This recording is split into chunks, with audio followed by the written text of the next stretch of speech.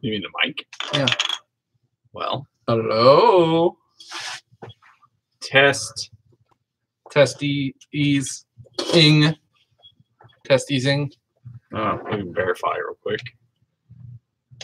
Hello. We're going to wait for everybody to get in here. And make sure our microphone's working. Yeah, because we're trying a new setup. Apparently it does. It works. Hey, there's some people. Hey, there's people in here. Hey, peoples. Look at this. Dave and Brady's Tools. Warren. Big Bad Ranger. Jonathan. JRC. Jim, what's up, buddy? Look at all these people in here already. 15 people. Yeah, on a Saturday night. Yeah, again, you guys are tuning in to two goofy dudes on a Saturday night. What's that say? What's everybody else doing tonight? Huh? What'd you guys do today? Let's hear that. Pretty sure we know what they're doing.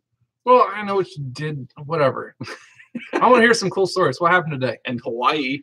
2:30 in Hawaii. That guy's having a good time. Of course, it's not like 40 degrees on the Ohio. beach watching us. Down by the beach. Boy. Work, got home, and turned on the YouTubes. Yeah. We had a pretty good day today. Came in here. Since I'm the shop foreman here, one of the things that I've got to worry about is special tools, and we've got a special tools. What is it? The hot mess. Yeah, hot mess going on, and we have to have it ready for inspection through Chrysler here in like 30 days. So we've had to go through all of our hot mess tools and try to get some kind of semblance of organization. And hot mess is putting it lightly. Yeah. Put it this way, here at the dealership, we had a fire like 2.5 years ago, and all of our special tools, they were sooted up like nobody's business. And at the time, we didn't take care of the tools. The person who was in charge of them didn't really give two shits. So now we're forced to kind of go through them, check and see what we got, try to clean them up, but they're big, rusty piles of junk. Yes, we are within the Epic Hutch. It's very official-like. And you'd be the second person that's been inside the hutch. You can fit a 6'4", 250-pound person inside of this hutch comfortably with no problem at all. And shut the door. Don't ask me how I know that, but I do. And lock it. You can't lock it. I could. I bet you I could. My wife is definitely only like 5'4", so she'd be right there. It'd be tight. Well, I think that's the point. She said. Apple vinegar will clean rust off if you let it soak. See, I don't know if it'll clean this much rust. Like these parts, they definitely have been soaking in their own rust for like 2.5 years. If anybody has seen like tools after they come through from a place that had a fire, soot in a fire is like the worst thing ever for tools. It kills them. It oxidizes them so bad. It's bad news. It is time they were replaced. That's why we're going through them. And you know, Chrysler says, "Oh, you guys have to have this one, this one, this one, this one, this one." And so we have gone through, and even though we have those, it's not like they're ever going to be usable. You try to use a seal installer that has an 1/8 inch of rust, it's not going to work. Nope. No, it's not. And the thing is, we did like, what, 3.5 hours worth of work on it today and barely put a dent in it. Yeah. The special tools list that I have is like, I know it's like 32 pages of nothing but that. Just list. What's up, Yoda Doug? You haven't missed much. Yeah, so we got to go through all that crap. Baltimore, Maryland. 410, I did watch your channel. You guys check out 410. He's kind of a new starting YouTube channel. He's trying to get some cool little stuff going in his shop, get some videos rolling. So if you guys haven't checked him out, go check out his channel. And the other cool peeps on here too, definitely JRC's channel. I see one person that's not Brady's Tools. Who's not cool here? Who's not cool? Down right there. Oh, Brandon Hawk. There's 22 people. You could have been here.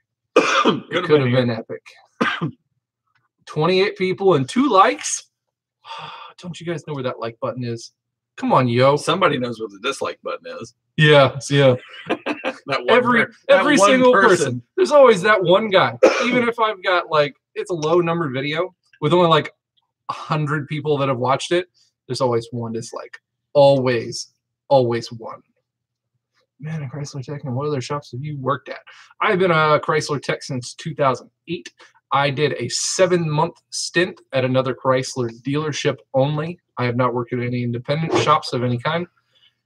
Yeah, I went to school for it, and I kind of jumped ship from the dealership I work at currently. Went to another one who offered me a whole lot more money, just because I was fresh out of school, and techs in this area are in high demand.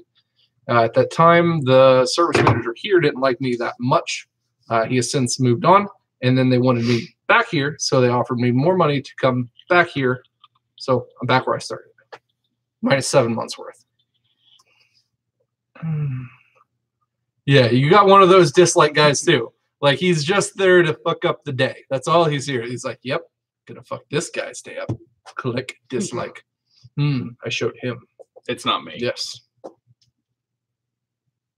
No. Mm-hmm. I give you enough shit in person. I don't have to dislike your video. I got 12 likes right now. Yep, 12 likes. Huh? That's halfway there. Almost. Yeah, buddy. They should remove the dislike button. Honestly, the like and dislike button really doesn't have any bearing on anything. Yeah, but if it doesn't matter, then why is it there? Give somebody something to do? I don't know.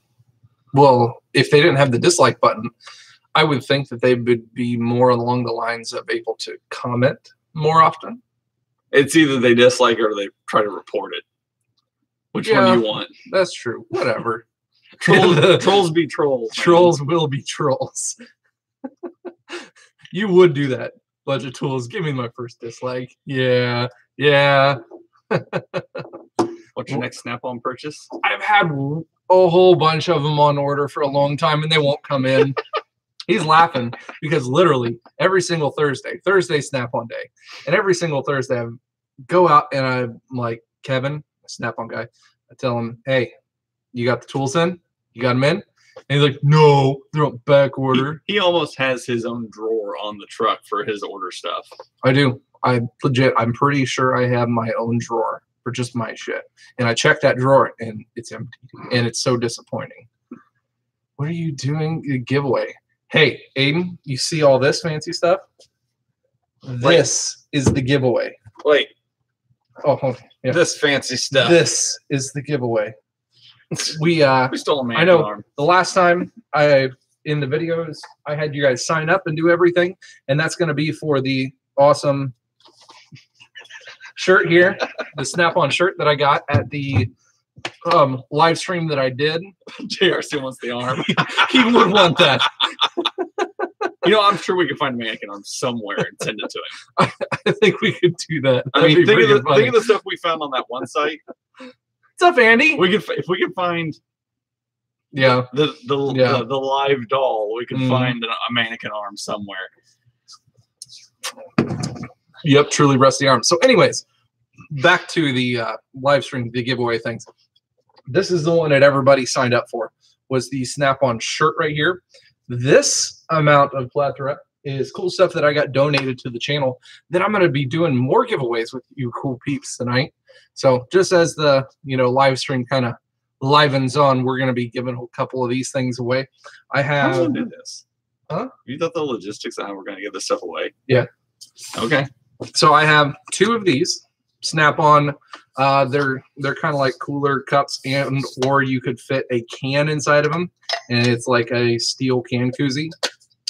Dual purpose, all in one. No, the cart isn't being given away. No, not the cart.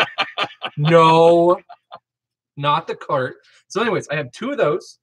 I have, if you guys watch my scan tool video, the Audu, the Wi-Fi adapter that you can plug into a car and use an app on your smartphone to then use. I'm going to give that one away. False advertisement. Yeah, there's that one. See how it is.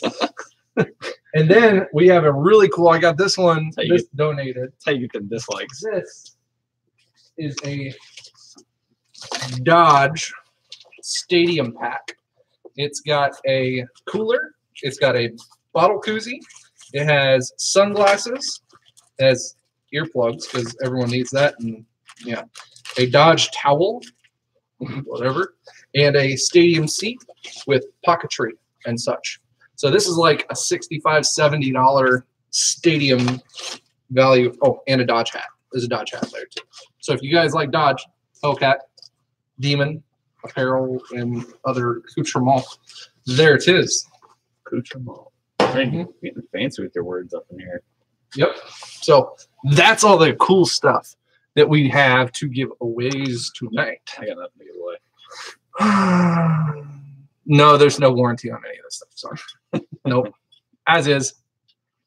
You get the satisfaction of knowing that I touched it. I did. We'll pluck one beard hair and put it in each thing and send it to you. I don't know if I'm that cool yet. So how's this giveaway going to work? Are you going to wait until giveaway time to give this information? No. Oh, well, here for the first one. For this one, we know how this one works. We know how that one works. I've got a list. 91 entries were entered for the shirt giveaway. It's like a $45 shirt. So I've got all the entries. We're going to do a random number, kind of guesstimator on that one. And then I'm going to look on to the list that I have, match it up to a number. That person wins. I said in the video that that person does not have to be here to win such item. So they don't have to, just for that one. But if the one person is here who wins, then you guys can choose whether you want the shirt or you want something else from the pick if you guys want. I personally would like the shirt, but that'll be up to you. Do they still have time to enter? No. No? So how many people is it? Like 91. Okay. I got the number generator up. Number generator is up. I don't know. You can check if this shirt would have a warranty with Snap-on. It is a Snap-on shirt. Right off the Snap-on truck. I got it from my dealer, so it's a legit Snap-on shirt. The robot cock. Hey, what's in that regard to? What mod am I? Oh, what mod am I using? Yeah, you get to show that if you want to. Automatically held through you. Haha. Oh well, we already said it. Somebody replied and said the robot cock. Wouldn't be the first time I've heard that. Douche flute. I've heard that too. Whatever. But now mine is mine's nothing spectacular. It's just it's a smock mod. I had to buy it because my other one wouldn't take a charge anymore. Gotta be all fancy. Well, things happen. Yeah, I'm learning how to do this stuff, so I'm adding a couple of moderators here. So I've got my smock mod, and then I've got a Triton 2 tank. I don't sub ohm, so it's just a 1 point. I think this one's actually almost a 2 ohm coil. So it's it's nothing super fancy, but got pretty decent battery life in it. So yeah, that's what it is. Will be interesting to see what other guys' trucks look like. I don't know. See, the only reason that I have held off on doing a tour of the truck weekly is because there's 2 guys here on YouTube that do that. That is their weekly content. That's what they do. And if I were to do that and put something out before they did, like my dealer got it in stock before theirs did, I'd kind of like stepping on toes. Yeah, I don't want to step on toes, especially when we're talking about some really cool guys. Snap-on Tool Review, he's an awesome channel to go watch, and I don't want to step on his toes, that for sure. Yep.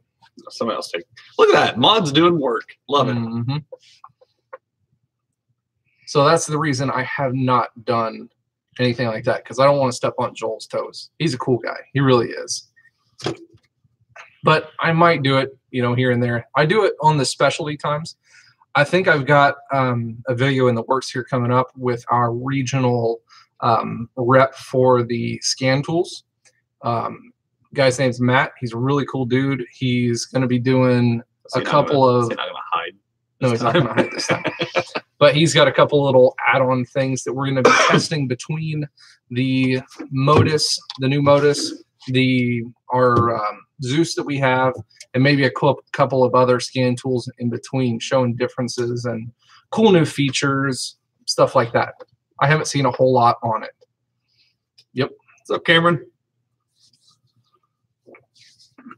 Camera roll. Okay. So, how much was the Zeus? Zeus was like what, 12? Yeah, it 12 was grand. It was like 12,000. It is the shit. Modus giveaway. No Modus. They want giveaway. a lot out of you, don't they? You guys, no. You go pay attention. Go over to JRC's channel. He gives cooler shit like the scan tools and stuff away. He is doing some really awesome giveaways, especially for people who are newer into the tool community, is what he's focusing on, which is a really awesome thing. He does some badass actual tool giveaways too, because he cycles through so many tools so fast. So why not give it to a good home? That's pretty awesome. I haven't gotten to the cycling part. I've only been in this for like 8.5, 9 years. So I don't have the whole cycling tools through yet. Yeah, Solus Ultra. That's what he's giving away. Solus Ultra. He'll be doing that one probably in the next couple of weeks. As soon as he gets to 2,000 subs, which shouldn't be too long. Shouldn't. He's got an awesome channel. Go check him out. Yep. Shameless plug. So anyways. Too bad we can't get this camera over further to show my new toolbox. Yeah. No, because we're gonna do a video on that. Oh, that's right. We'll do that with the school video. He got a new toolbox. So the biggest video on my channel, which is the video of his Wee Baby Seamus toolbox. I want the Wee Baby Seamus. It is the Wee Baby Seamus. No, it is the black toolbox. Was that whatever? So his Wee Baby toolbox is like the biggest video on my channel because I don't know. It was just one of those things where the thumbnail was good. The title of it was, you know, Snap-on Toolbox for the Beginner Mechanic, and I don't know, it just took off. So it's got like almost 90,000 views now, just in the last, I think it's 2.5, 3 months old, something like that. Is it that old? Yeah. How old is it, really? I think it's like Seems 2.5 like it was months forever ago that we did that video. Mm-hmm. I gotta look now. Because JRC watched it 1,000 times. Yes, that's the one.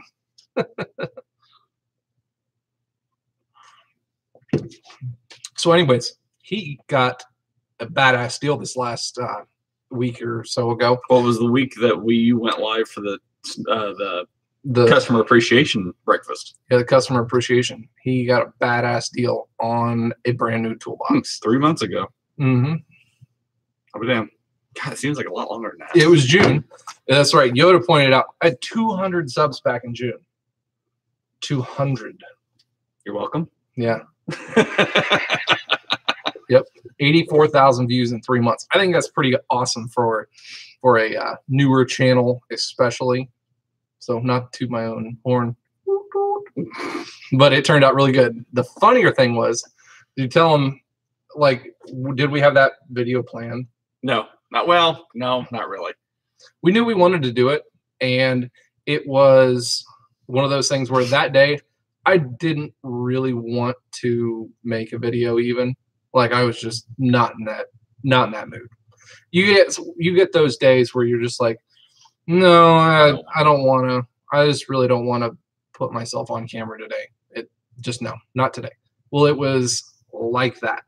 So we came into work and said, all right, just go through it. So we went through it, and halfway through it, I'm like, man, this is actually, I've got some good ideas. Like, this is actually a pretty good video. Get it all done, cut it in like 15, 20 minutes, put it through. I'm like, wow, yeah, this sounds like something that might actually work. And That video took off, so that was a good one. Mm-hmm. But yeah, for the last weekend when we went to the customer appreciation breakfast, so the Tuesday prior to that, they brought around the the toolbox truck, selling off toolboxes and stuff, and they had a Master Series toolbox on there that was gloss black with chrome purple trim.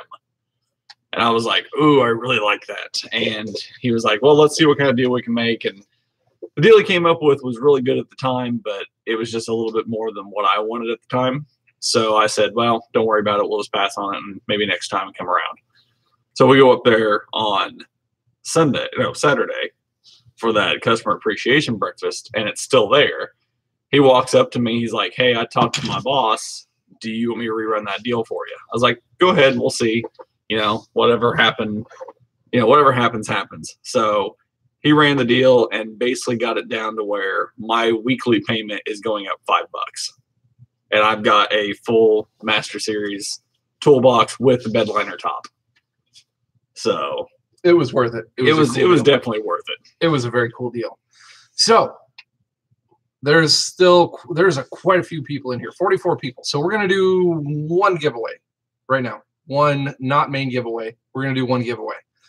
So I'm going to be saying a question, and it's going to be Rustbelt mechanic, whatever, trivia related. So if you guys have watched my videos, especially my earlier ones, then we'll see who gets this kind of cool stuff. Do we need game show music? No. So hopefully everybody's got quick internet speeds. And fingers. So on one of my earliest videos, here's the question. On one of my earliest videos, and it was before I was like Rustbelt mechanic. It was just myself doing it. I did a video of a dyno test on a Camaro. What year was that Camaro? And go. I don't even know if I know the answer to this, to be honest. Not 96, not 98, not 97, not 88, not 72. Hey, look, Sandy. It's close, Sandy. Oh, JRC, he wins. 87. It is an 87 Camaro. An 87 Chevy Camaro. Budget Tools almost. Budget Tools was just in second place. Followed by Yoda. Followed by Yoda Dog in third. So. You know what they say about second place? First place loser. Yep, that's true. Sorry. So, number one giveaway, first one goes to JRC54. So you need to choose from one of these cool things. Top shelf. He owned one? Yeah, that was pretty cool. I should really do a video on that one, just showing, what I did, because that was a really cool build that we did on that one. Anthony, just hurry up and watch all of his videos right now. Go. Yes. Come back when you're done. We'll wait on you. I'll do some newer trivia for other ones. But yeah. So which one you want, Jim? You can't have the shirt because that's in the regular giveaway thing. So you can have one of the Coaster Koozie things. You can have the Wi-Fi OBD thing, or you can have the Big Mamma Jamma pack. The Dodge pack. What sounds good? People should put yours in. They have super slow internet. I'm sorry for you guys who are still putting yours in. Welcome to the live stream internet, or the dial-up people. 37 minutes later. He wants the Dodge pack. Dodge pack is going to Jim. JRC. And that's good because I slacked off and I haven't sent you a sticker yet. I've been meaning to send you the picture. A sticker, but it will be on its way with that as well. A sticker. A sticker. Which, if you guys didn't know, I do put that in the bottom of my videos. If you guys want to purchase one of my vinyls, I do sell them on my Facebook page. They are up for sale there. I did a diesel sticker and then my Rustbelt mechanic, just my logo sticker kind of thing. Just doing my logo. It's on a vinyl. Yeah, Yoda, you got third in those too.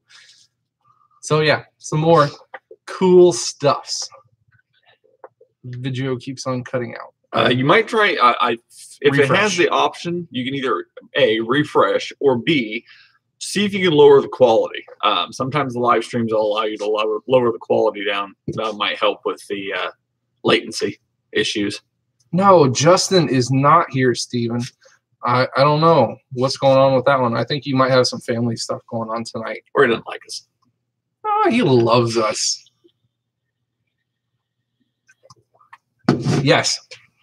Hit the like a button. It does help. At least that's what the geniuses, whatever, say. It helps. To hear his news? Yes. I am actually one of the first people to know his news. But I am very, very excited for him. And I told him that he's kind of cheating. So he's going to be a Snap-on tool truck driver. He's got one of the channels on here, and he does tool reviews and stuff. And now he's moving over to the light side and going to be a Snap-on driver. Is that the light side or the dark side? I said that's more the dark side. That makes him whatever. But anyways, now he's going to be able to make a lot more videos with a lot more content, hopefully without stepping on Snap-on toes and stuff. Public Enemy, what's up? Thanks for stopping in. Do you have any Mac tools? Mac. I know I have Mac Co. I have one single. No, that's Mac Co. That's Mac Co. I have a big tap and die set that is Mac Co. You might though. We have a Mac guy coming. No, we have Mac Co. Oh, that was Mac tools. No, not Mac. No, that's the other thing. Here at our shop, we only currently, before this week, have had a Snap-on guy show up. There is a Mac dealer in the area. He stopped by about 4 years ago. We tried to buy some tools off of him and didn't want to play ball with us. He wanted us to pay for a $400 tool all at once and not open truck accounts because he didn't trust us. What's the most expensive tool in your box or have ever owned? Most expensive tool in your box or the box? Well, my box is pretty expensive. Technically, that's a tool. Yes, it is. But I mean, no, it's not. It would not be that. I don't know. My PT850 was kind of expensive, and then my half-inch, my CT, whatever, half-inch electric impact, that was like $7 something at the time. So there was that one. What about your torque wrench? No, that ain't worth it. My 3/8 torque wrench, that was like 400, something like that. But yeah, I don't really spend a whole lot of like over $1,000 tools. I've got one on order, but it's not here yet. Snap-on ball joint press. Actually, no, that is the one special tool that we have here in the shop that is a Mac tool. We have the Dodge ball joint press tool from Mac. That is one that we have. Excuse me, have here in the shop. Trying to quit dipping. Any tips? I've never dipped. Switch addiction. I don't know. I don't know. We're not good on advice. No, I'm sorry. I mean, I'd say vaping, but you know, that's kind of apples to oranges there. All right, so we are like 28 minutes into the live stream, and you guys have all hung on. Really awesome. So we're gonna do the main giveaway right now. Let's do the main one. Okay. Main one. You want to double check how many people we have so we don't miss anybody? Hold on, let me bring up my giveaway listicus. We can't see the comments. Verified 91. Yep, 91 people. So stop playing on your phone. Sorry, I had messages. Okay, so 91 people. 91 people. Okay. So bring it up on your phone. Do a number generator. I got it right here. No, spin it. How many times? Push it 6 times. Okay. Ready? Show it to the camera. Oh God. Okay. Ready? As there's like, get way up in here. 1, 2, 3, 4, 5, 6. 2. Number 2. Number 2. So we go over to our listicus. Well, who was quick on the draw? Number 2 is Tristan Leaf or Leal. Tristan Leal. Tristan Leal. Yep. That is the winner. It is Tristan Leal.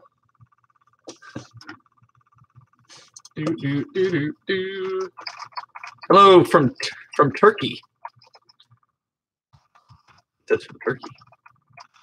Apparently it's Aiden Parsons. I don't know. Maybe not. Tristan Leal. Aiden, if that is you, then you need to email me on the account, the email that you gave on there, because you just put your name on there. So email me with the email if it really was you. But yeah, Tristan Leal. Name the losers. Everybody else.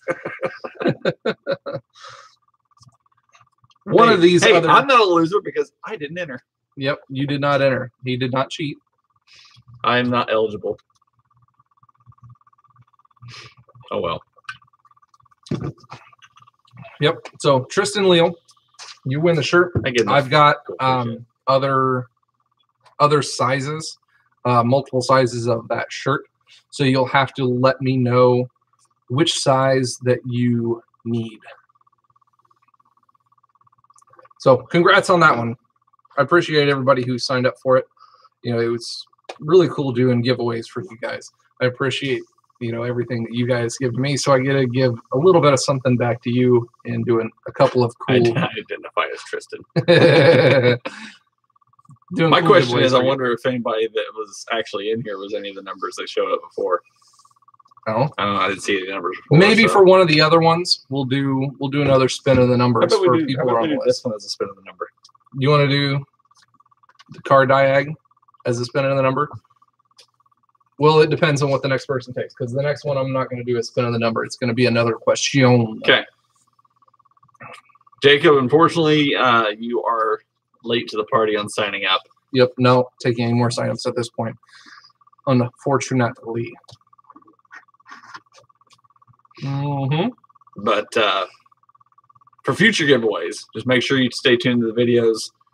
He'll let you know. Yeah, I plan on doing more giveaways because I realize how awesome my subscribers are. It is very cool. Somebody, wait, 1, 2, 3, 4, 5. That was not. I don't remember those numbers. Unless Budget Tool actually went back and looked at the video, because that's 6 numbers. So the 6th number should have been a 2. I don't know. You left it on 2, so that's the person who won. So. Yep. Yeah. Yep. Oh That's well. happened. Can't say the losers because they might be winners on the next one. You never know. So, I'm gonna try to think of another question to ask you guys that wasn't like way early on. Let's see. Actually, yeah, I want to do another question. So you guys are paying attention. Get your internet fingers all ready to go. Let's say back on a while ago also. I am doing an early video question again. What was the very first product that I reviewed on my channel? Install review product. What was that product? This one I answered earlier. Yeah, wrong. Boobs. I don't think they would like that one. What? Everybody likes boobs. Oh, well, YouTube wouldn't. I beg to differ. Nope. Not LED lights. Not a rotary bug plug. He thinks he's funny. No tuners on this truck. Nope. I don't have no tuners. Not yet. Budget tools. Budget Tools wins. With the Trek step. Yep. Yep. The very first product of any kind that I installed and reviewed was a Trek step on my truck. You can't. Well, yeah, You can. it is. It's right there. Yep. That's the very first product that I installed and reviewed on my truck. It got a horrible amount of views, but that is probably one of the most used items on my truck, which is nuts. I love it, but yeah, Used it today. Yep.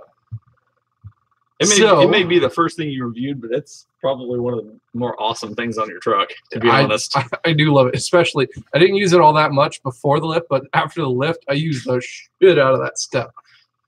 Yep. So budget tools, you win that round. Do you want the Wi-Fi code reader or one of the two Mugger coolers? Are they the same color? Yes, they're both the same, so don't open that one. He had white ones, but Mm-hmm. he wants the Wi-Fi budget tools. Okay. So either email me.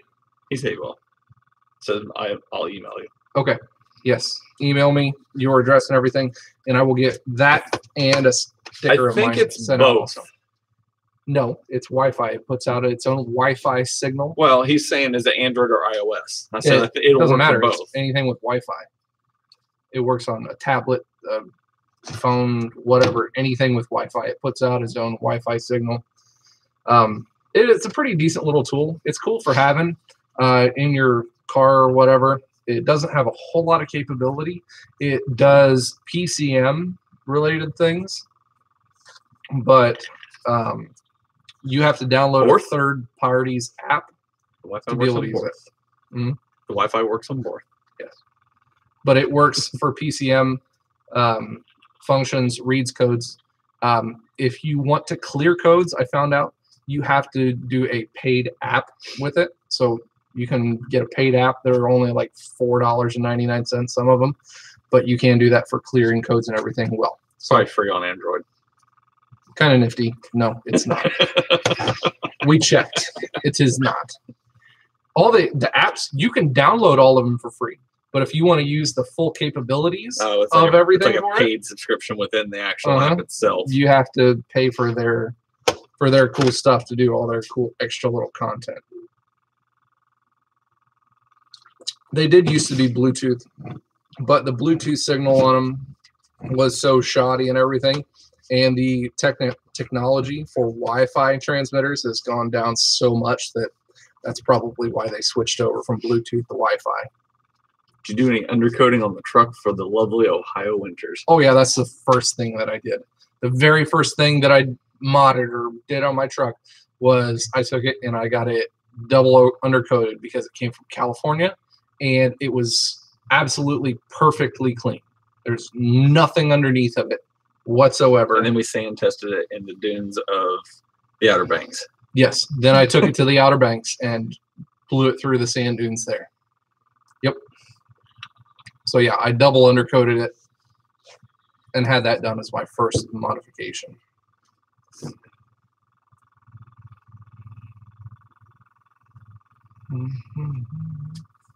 Well, there you go, budget tools. Yeah, so that will work perfectly for you. Do I know anything about clutch tools? No, I don't.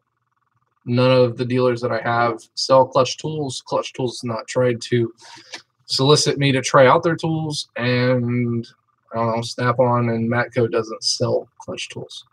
Not our dealers, at least. So no, I've not done anything with them. Clutch or Klein?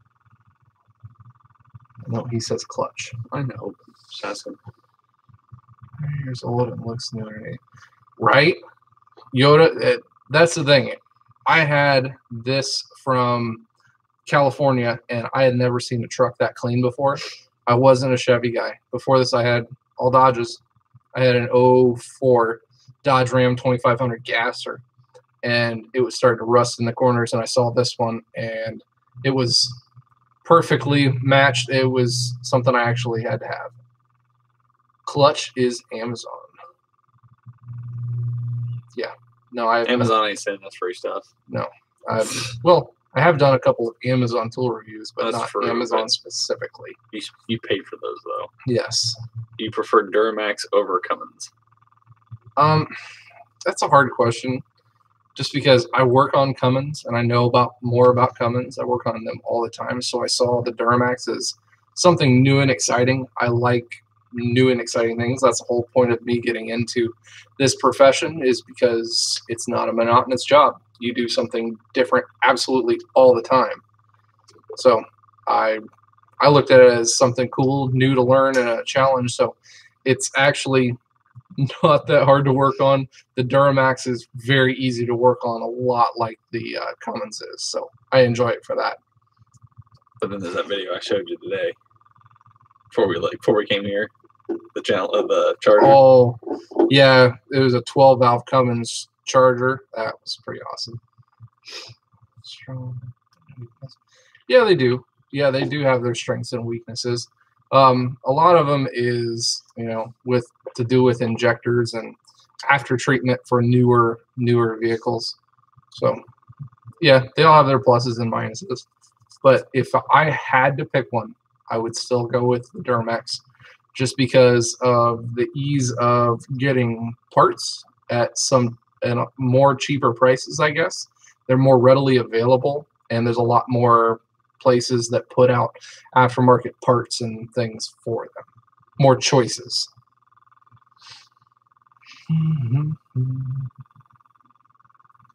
Cool. So that was that giveaway. Okay. GM easier for work on. Yeah, it's not bad.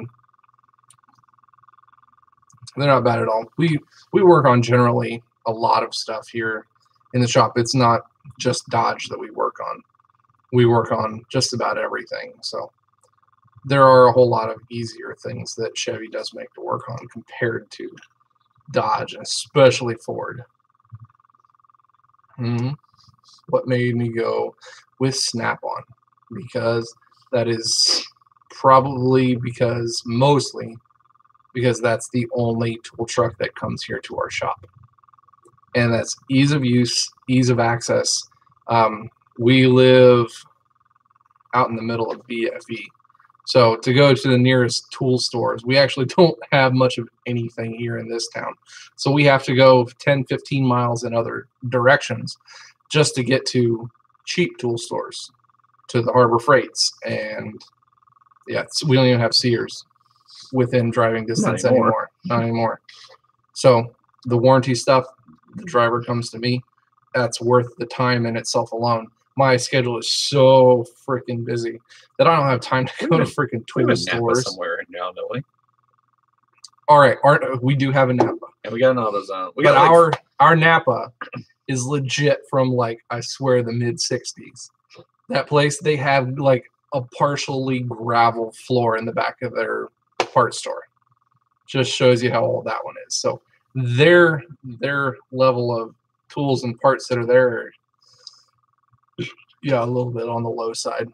I mean, we've got the general auto stores like AutoZone and Advanced and O'Reilly's and stuff like that. But as for actual tool stores, we don't have much. Yeah. Yeah, we have to go 10, 15 miles just to get to Harbor Freight. Maybe it's Ohio Napas. This is the same here in Southeast Ohio. Yeah. Maybe that's the building design. It is. You must have a partial gravel floor. Except for when it takes 3+ weeks for the Snappy guy to the fix in for warranty. Our Snappy guy's pretty good about warranty stuff. Unless it is a Snap-on corporate issue, our Snap-on guy is super quick, because he is here every single week. Snappy? He's extra snappy. He's here legit every single week on Thursday on time. If he's not, he better have a really good, alibi to say where he's at first off. But typically he's not, though. He doesn't miss times and does not miss weeks, especially. Dayton Tool Crib. Never heard of the place. You haven't? I have. Well, I haven't. All right. So how long have I been in Ohio? No, when I went to school, I went to school at Sinclair Community College, same place he's going to, for the CAT program. Dayton Tool Crib was one of the tool vendors that came there. just like Snap-on, Mac, and Matco. They don't come there anymore because I've never seen them. Yeah, they've kind of stepped off the face of the planet. Back order. Yeah. Just like your magnets and pickups. I can imagine getting stuff in Hawaii is going to be difficult. Yeah. Yeah, budget tools. About using the auto parts stores for stuff. Our auto parts store that we use is freaking awesome. We use AutoZone for our main aftermarket parts delivery source. And they don't have a whole lot of tools, especially ones that I would need. If I need a tool, it's going to be something super specialty that there ain't no way that they're going to have. Anyway. I work there. Yeah. Typically, they don't have it. Yeah, they're not going to have it. I work there part-time, so. They're not going to have it. But they are super cool enough that if we need something, like if I need something off the Snap-on truck and he's over, wherever else, if I call them and ask them, they will send a driver and go and pick up a tool from my Snap-on guy and bring it to me. That's how cool our parts delivery guys are. So well, not to mention Snap-on himself. Badass. Snap-on, if he's got time to, he definitely will, but our parts store will go and pick us up anything they want. Broken frames. Yeah, we do. Broken subframes, especially in calibers, compasses, Patriots, older Pacificas. Dude, they all have fist-sized rust holes. Just look at Jim, JRC's channel. Yeah, look at his Chrysler that he just did the subframe on. That's legit, like, all the time here. Might as well go ahead and throw in the new Wranglers. Yeah, the Wranglers with their broken welds and their frame issues already. Mm-hmm. Apparently, Allie says hi. What's up, Allie? Didn't say hi to me, but says hi to you. That's how it is. That's right, because I'm the cool guy. I ain't nobody. Mm-hmm. Yes, Eris.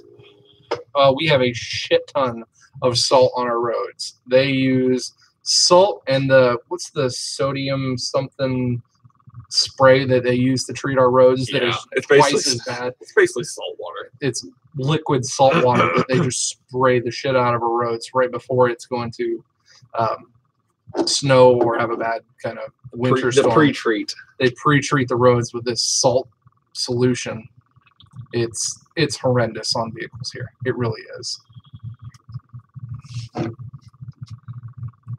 We do have an RV place at our dealership. We don't work on RVs.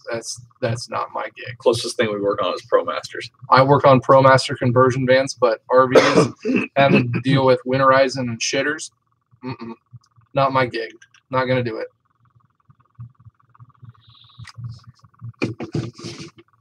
Yes, Walter. That's actually a recall. Not a recall, but an extended warranty on calibers, compasses, and Patriots, where they extended the warranty on the subframes out to like 150,000 miles. So we actually carry them in stock, and we do those on quite a few vehicles still.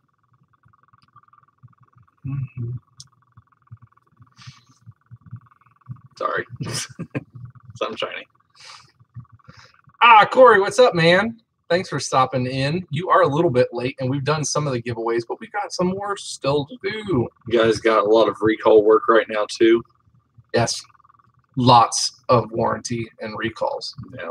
That takes up probably 60% of our business right now. It's just stupid warranty and recalls. Not for you. Yeah, for me, I'm in friggin' fleet land.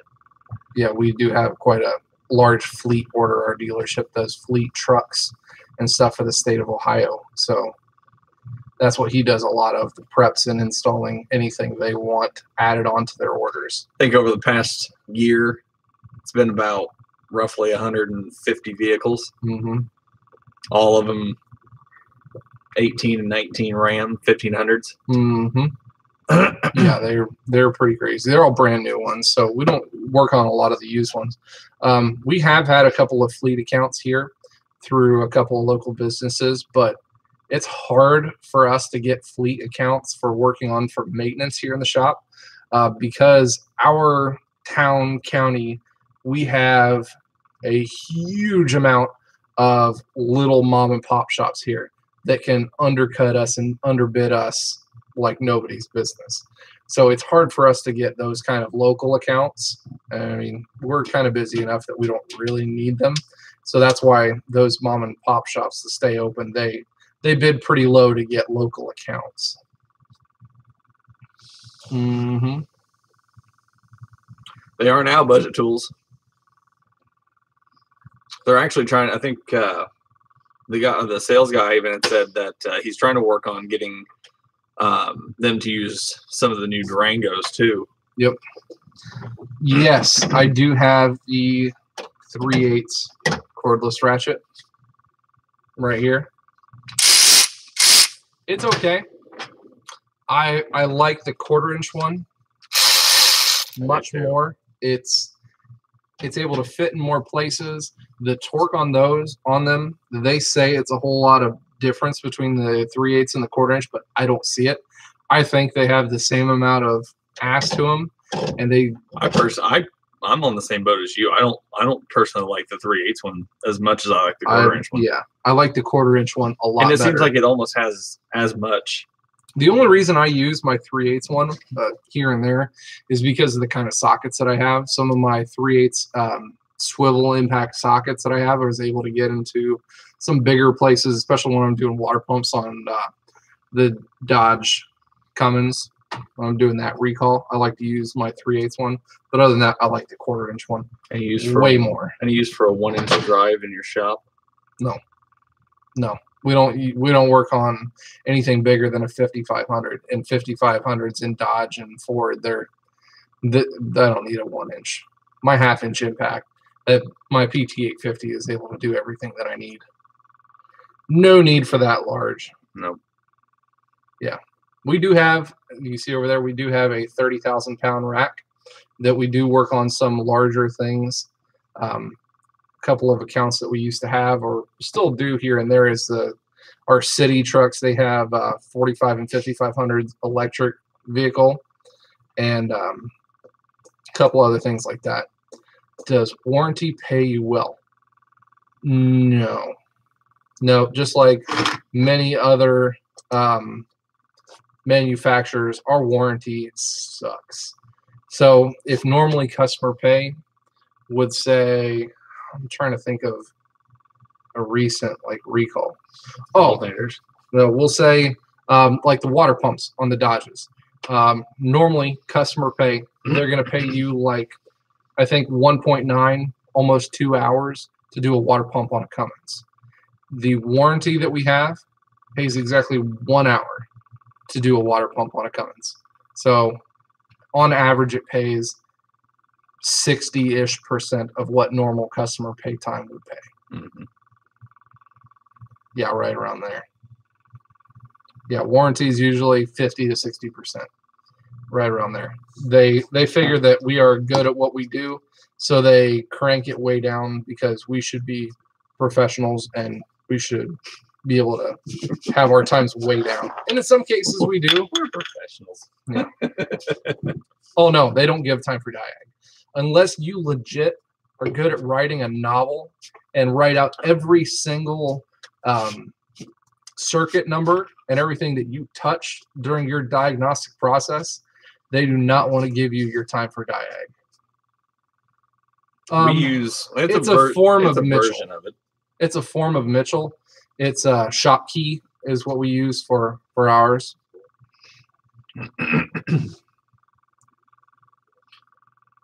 It's essentially the same thing. Chrysler's the same thing, Autotech.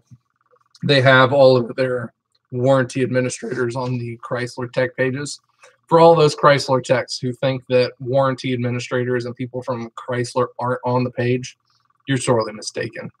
They're on there. So if it's on a Facebook page, yeah, they're on there. And they're finding your ways to cut time. It happens. Ever thought about car flipping? Yep, I used to. I don't have time to do it anymore. I do that stuff. I used to do flipping cars all the time. I've owned probably 50 to 60 cars over the 8 years that I've worked here. But over the last year or so, I just don't have time to do it. I got too much other stuff going around. The shop foreman stuff that I do here, it takes up a lot of extra time too. YouTube. Mm-hmm. Family. YouTube's does take up a little bit of time. but I like that, and it pays too. So that's a plus. Mm-hmm. Next time, do no drawing. Yeah. Yeah, why not? One more, at least. Yeah. Do a random number on it, or do you want to do a question? No, we'll do questions. Let me find something to do a question on. How many videos have I appeared in?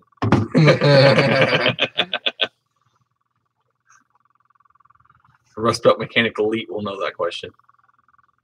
Mm-hmm. And if you throw a number out, I'll probably say yes because I don't really know. Okay. So get up. Yeah. So get out your typing fingers. Shows fine. So we're going to do another little quick question giveaway here. No, I haven't been in 15 videos. That's not the question. No. So I did a build on a snap-on ratchet with a custom handle. What kind of handle was it that I installed on said ratchet? The kind of handle that I installed on my custom ratchet.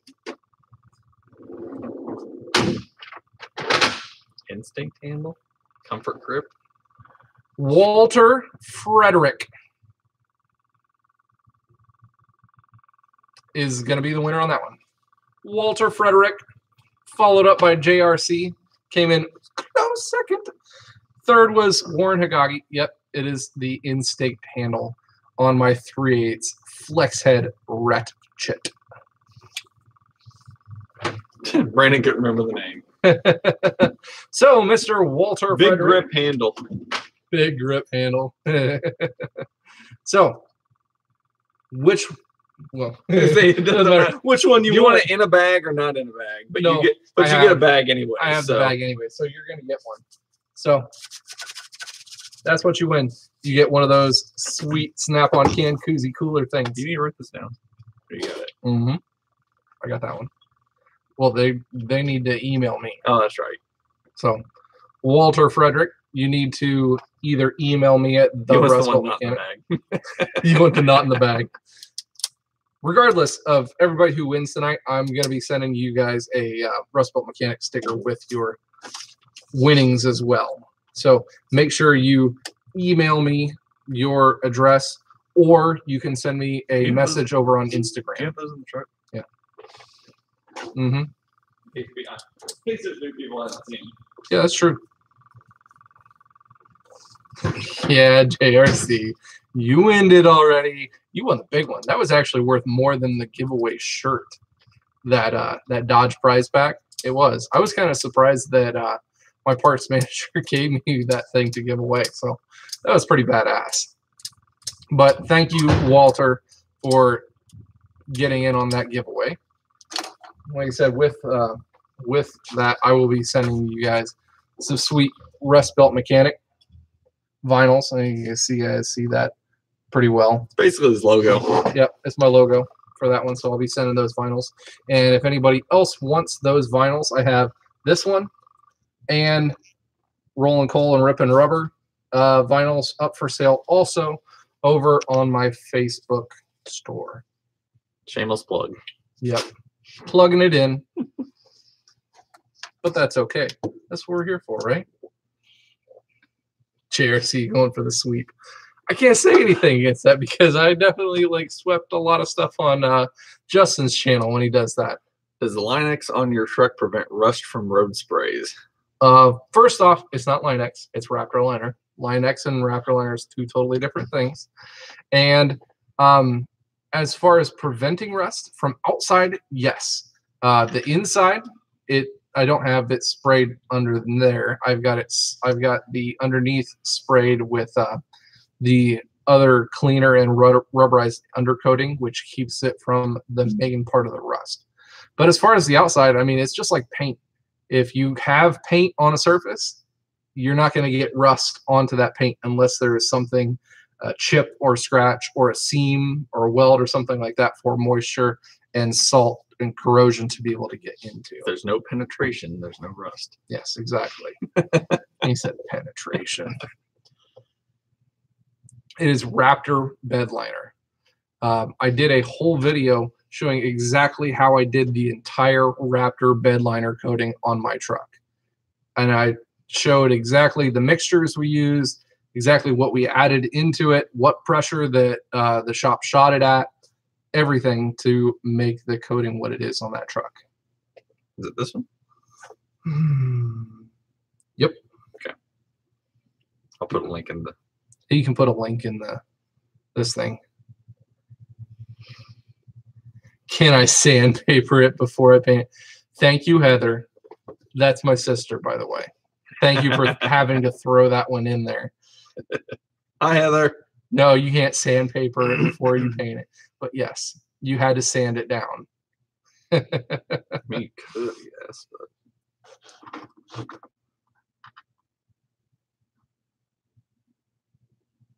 You have to get in there, and I have to make you a mod before you can add a link, I think. So you got to put a question or something in. There I am. There you is. Now you can add your cool stuffs. You're Mexican and in Ohio? Wait, no, my sister married a southern fella from where is he from? From New Mexico, something like that. Robert. So I'm sure if you give it a second, she'll say something. Yeah.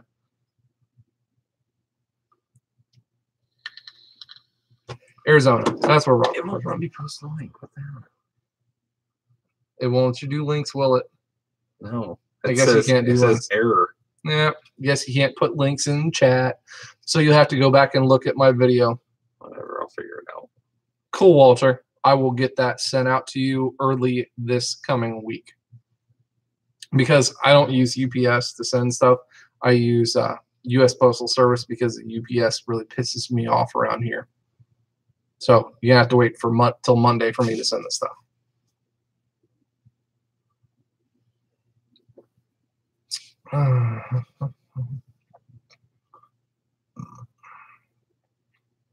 Yeah, I hate UPS. And they're way overpriced. The U.S. Postal Service does stuff for so cheap. So I also, Corey, who was in here earlier, Suttles, he messaged me earlier on. You did get the link. We're in Ohio, Eden. I had, from all my diesel crates and truck packs, I had just a shitload of just random stickers left over from that and all of the random parts that we put on here in the shop. As you can see, I sticker the shit out of my lifts. So we had a whole bunch of extra stickers. So I put all those into a truck pack box and was going to send it to him. And then got a price from freaking UPS. They want $15 to send a box from UPS. And I was just, are you serious? And I go down to post office, said, here, this box, you put a sticker on it and send it to this place. They did it for $3.25. Ship it. Got paid them workers. Mm-hmm. Yeah. So that's why I use U.S. Postal Service. Mm-hmm. Corey likes the stickers. Yeah, he does. He sticker bombed the shit out of his cart. Corey, can I take your pictures and put it on Instagram just to show people everything on that? I don't like to do the, repost pictures of people's shit if they don't want me to. But okay, cool. I will do that here later. But yeah, he sticker bombed the shit out of his cart and it looks badass. Kind of like I sticker bombed the shit out of our lifts. And inside of your truck. Oh yeah, the inside of my truck toolbox. If you guys saw my truck toolbox video, I sticker bombed the shit out of that lid too. Said tag him. Mm-hmm. I will definitely do that one. Yoda, I totally agree with you on the freaking shipping for eBay. We had some takeoffs for a 19 Ram that we did the lifts for, and I sold a set of those tires on eBay, and it was like $480 to ship those tires and tires and wheels to, was it West Virginia, North Carolina, something like that. Yeah, it was like stupid crazy amount. Jacob, we have mostly all 2-post, but we have 2 4-post racks here in the shop.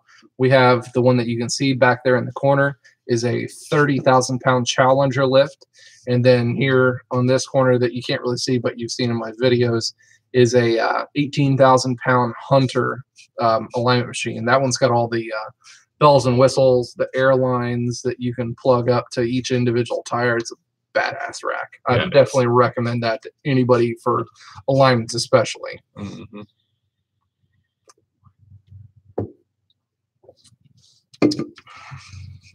And to fit shipper, $5 a month. I might have to look into that, especially if I keep on doing giveaways and stuff.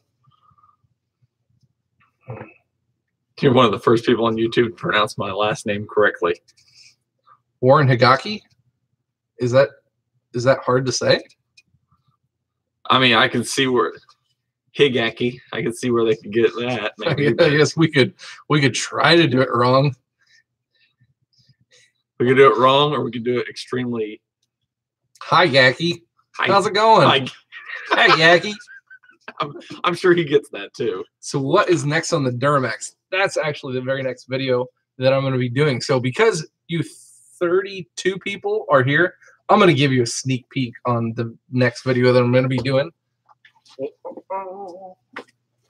It's pretty cool. Check this thing out. This is backwards. I know it's going to be backwards in the camera, but whatever. This is a custom exhaust tip made by DCS Fab. He's got a an Instagram account, but he reached out to me and we worked up this. It's a awesome 4-inch to 7.5-inch exhaust tip. DCS Fab, there's his name, and then custom CNC inserts on it with my logo. DCS Fab, and then see if you can make it light up. And then Rustbelt Mechanic is the it's a stainless steel insert. So, and it is also high temp powder coated, the same exact color as the middle of my fuel wheels. So badass little exhaust tip. Well, it's not so little. Little is not the word for that. This thing's a beast. It's gonna look awesome. So also, really cool thing, Jim, you're going to be really proud of me. This week, I know I get a whole bunch of people to make fun of me about it because I don't weld. Like, I haven't welded. I haven't really had a need to weld. So this week, I've made it a point to kind of teach myself. And we actually did it. Customer's car, we had to fix a bit of his exhaust. Instead of shipping it off to the exhaust shop, we got one of the guys here from our detail department who had a welder at his house bring a welder in. We did some practicing, and I started doing welding stuff. So I'm going to weld this on myself. Kind of, you know, scared about fucking it up, but I'll tape it off a whole bunch so I don't mess it up too bad. But I'm going to weld this on myself. So, you guys can't make fun of me for that. Rustbelt the welder. Oh, look at your sister coming in with a TIG weld. No, I'm not going to TIG weld. It's a gas MIG welder, a 110 gas MIG welder. What is that? No. But yeah.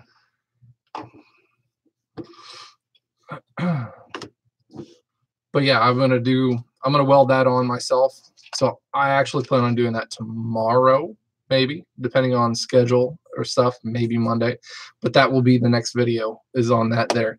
If you guys want to check out more of that guy's stuff, because Dallas is the guy's name. He is a freaking awesome machinist, and he does some really awesome custom exhaust work. If you guys have diesels, he does 3D tips for the whichever manufacturer that you have. He does the Cummins, the Duramax, and the Power Stroke 3D custom exhaust tips. He also does stacks and specialized whatever things, but he's really good at what he does. Really good metal worker. So go check him out over on Instagram. It's called DCS Fab or DCS Custom Fab. Do we ever Fab. practice one before we do the real one? We messed around with some scrap pieces around here. Mm-hmm. Yeah, we were practicing this week. Like I said, I made it a point to be able to actually do this. So I've been trying. I know I caught all kinds of shit for not welding, the pieces on for my lift kit because I didn't know how to weld. Well, I'm teaching myself. I took the time. I'm doing it. I wouldn't mind trying to weld some more too. I mean, first year of classes at Sinclair, they have an intro to auto class, and one of the things they teach you in that class is basically how to use a torch, how to weld, how to buff out scratches and stuff like that. Just kind of because it's not only just Chrysler techs in there, it's also some comprehensive students as well. So they kind of have to cover everything for that. So yeah, I wouldn't. And then they taught us how to, but it was like one day and that was it. Mm-hmm. So wouldn't mind learning some more too. Still using torches.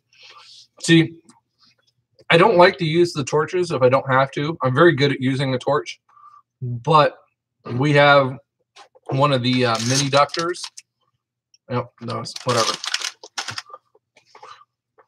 So we have one of the mini ductors that I showed on one of my previous videos.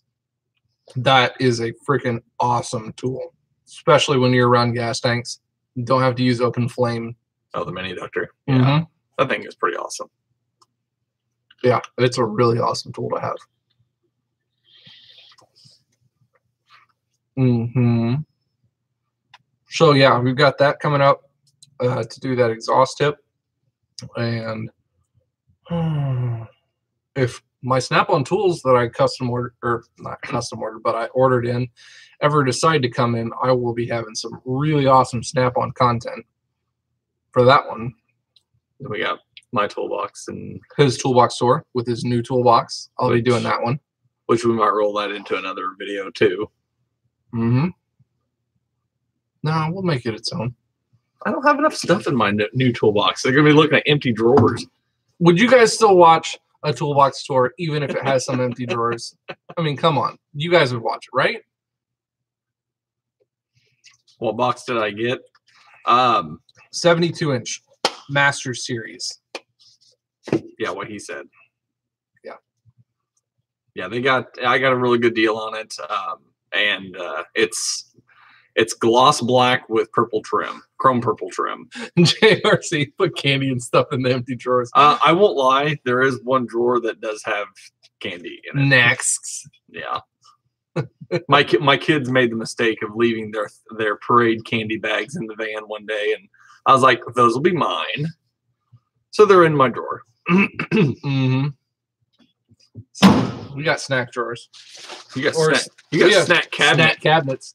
Then we have chippies. Ghetto chips. They work. Ghetto chips right beside the launch scan tools. Everyone has snack drawers. Uh-huh. Yep. So for all of you guys that did watch it, what did you guys think about the last video that I did with all the little handheld scanners? I tried to keep that. Snack's great again. I tried to keep that in like the budget range of what a lot of my viewers would actually like to see and like to use. So I tried to keep it along those lines. I don't know. I didn't get a whole lot of, I guess, comments and feedback on that one. So I just, until I get more, review analytics from YouTube, which hasn't happened yet, I wasn't sure. You guys like that one? Make snacks great again. I can't say anything about the video. I haven't watched it. I know. He didn't even watch it. I will. I've watched every other one of your videos. Mm-hmm. Yeah. I will eventually watch it. Jim, I really like that launch scanner, especially for the cost of it. I was super surprised at what it would do. The amount of reset procedures that it has, that it even does the diesel particulate filter regens and resets. I was super blown away that it would do that. Yeah, you skip the ads. Is that Zach that we know? Yeah, that's creepy Zach. He's not a creepy sit in the corner police officer or anything. Nope. Who owns one of the trucks in one of our videos? Your videos. He does. Zach owns the first 19 Ram that we built. Lifted. Yep, that we did the lift and the big wheels and tires, that gray one. I still get emails all the time about that truck. Said, I don't know. I'm just going to give you this guy's phone number. That's what I'm going to do.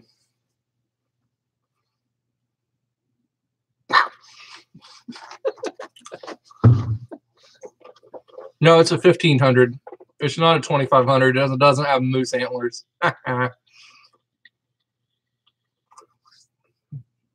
It's one of the new 19 Ram 1500s.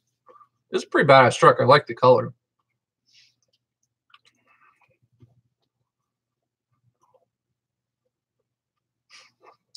I can mount moose antler ones. Mm-hmm. Yeah. I think she's saying just moose antlers, not necessarily the mirrors. Dodges are known for having the moose antler tow mirrors that have to be put way up and way out. When is the last giveaway? Exactly 4 minutes and 32 seconds from now. What'd you do with your old box? Trade it in or sell it? I traded it in. They gave me a very good amount on trade-in. It was too good of a deal for this whole setup. And I get all kinds of comments all the time. Yeah, you're so far in debt and everything. No, I'm not. I'm not that stupid. My last box was paid off. So whatever. You guys can think what you want, but no. I traded it in.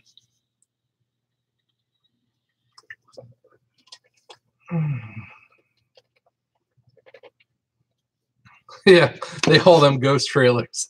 Put up them tow mirrors. I don't know. Well, as far as comments on my channel, I don't delete comments. A lot of people think that, everybody just likes to delete all the shitty comments. That's why I have a lot of shitty comments on my channel. I leave them all up unless they are foul language, which, YouTube doesn't like that anyway. So if you have racist, whatever, foul language, inappropriate comments, I delete those. Even if they're good ones, I still delete them, because if YouTube were to see that on the channel, you get dinged, and I don't want to see any of that crap across my channel anyways. You want a good example of a video that's got a lot of negative comments to it? Go look at my toolbox tour. Yeah. A lot of people you don't need no snap-on tools, blah blah blah blah blah. Yada yada. Yeah, controversial videos. That's cool. I mean, they get a lot of views. They get a lot of traffic to them, but they also get a lot of negative comments to them. And I'm all for that. Everybody's got an opinion, just like they got an asshole. So they leave it sitting wherever else they want. I wish they could get along in the tool community too. But I think the tool guys are so opinionated. They're so dead set belief in what they do and their tools and their industry that they think that, anybody else in whatever industry who has tools is just stupid. So Snap-on goes America. Mm-hmm.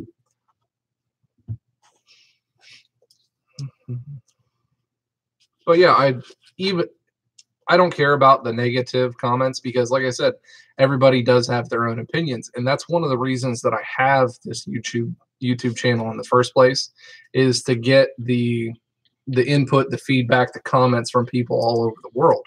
So if that's your opinion, then go ahead and leave it. That's kind of why I have these videos, to have your opinions are able to be viewed and shown. And, even if you guys leave me shitty comments, I always think it's a funny thing. Somebody will leave me a really crappy comment about how stupid I am, but I get to leave the comment, but you watched the video, didn't you? Every time. A view's a view. A view's a view. Even the down vote, even the thumbs down. Uh-huh. Oh, Cletus? Yeah, I watch him. That old Leroy's a beast.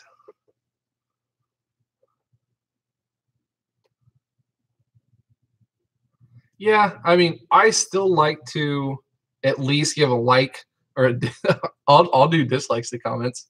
I will do that. You know, you guys get your dislike button, I get one too. So I will dislike comments, but I'll leave them up too.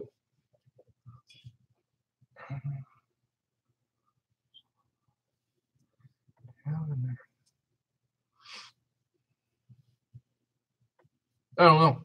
Yeah, I don't know why it would affect them.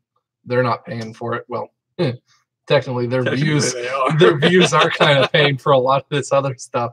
But you know, it is what it is. They can say what they like. I'm not going to get hurt about any kind of comments on here. I'll leave funny, you know, stupid comments against their, you know, outrageous ones, but I don't know. If it's blatantly like trolly, then you know you got to reply and maybe throw your mom joke in there with it. Right. You know, the haters usually don't like your mom jokes thrown in after their shitty comments, but I gotta have some kind of fun, you know.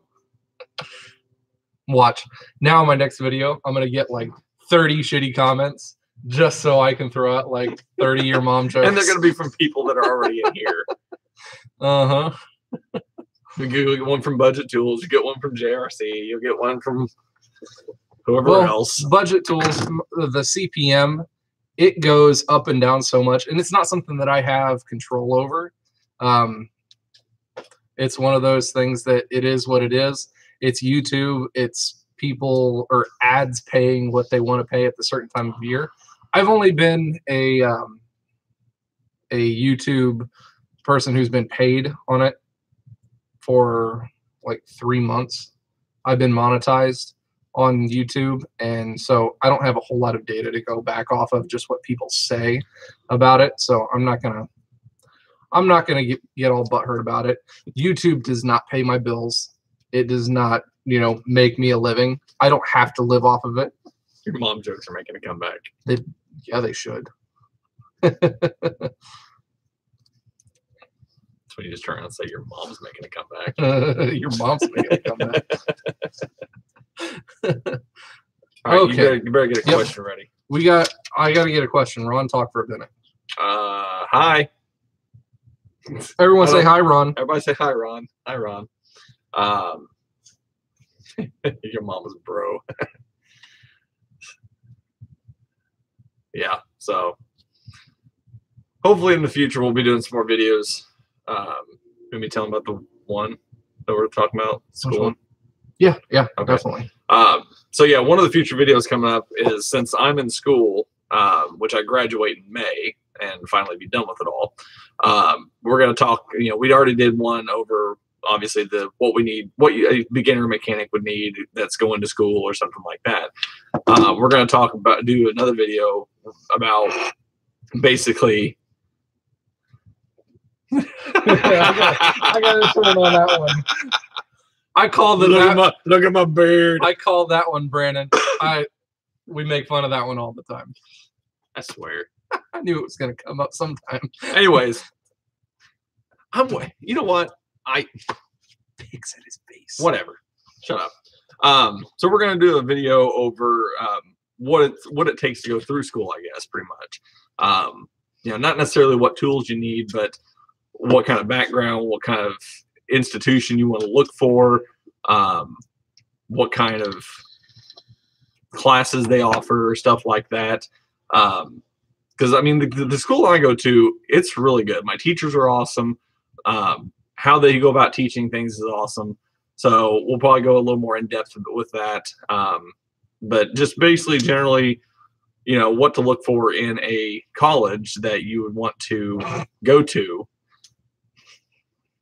Sorry, I'm loving these comments. It's like the greasy version of Batman or Robin. Extra greasy. Okay, last giveaway. Anyways, last giveaway. Here it is. The wheels. Everybody pay attention. The wheels on my truck, they are fuel wheels. Which version of fuel wheels are they? They are fuel what? Round ones. Not Maverick. Not Mavericks. Nope. Not Mavericks. Everyone says Mavericks. Nope. Not Havoc. 4s. Fuel wheels. What? Amp. They're not hostiles. Rampage. Rampage. Andy Scholler takes the win all the way from left field. Andy Scholler gets the snap-on mug. Wait. They are Fuel Rampage wheels. They're the newer style wheels. They're kind of based off of, I get where you guys say the Mavericks because they're kind of based off of that one, but they're open lug nut design and they have the painted centers with the. What about the arm? Simulated rivets. What about the arm? You think Jimmy would miss this arm? You know what? I will, if he won't give me that, I will get an arm and I will give that away in a future giveaway. How's that sound? We're going to give away the arm? Would you guys like an arm giveaway? Signed by us. Oh, no. All right. So my wife, she's a tattoo artist. Oh. So what would you do if we gave a fake arm that was all tatted up the sleeve with some sweet tattoos, and we would give this away? That would What do you think? okay. I don't care what they say. That would be freaking awesome.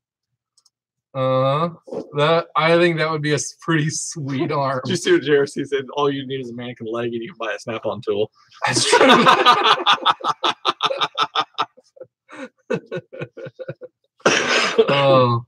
I don't know. So, there you go.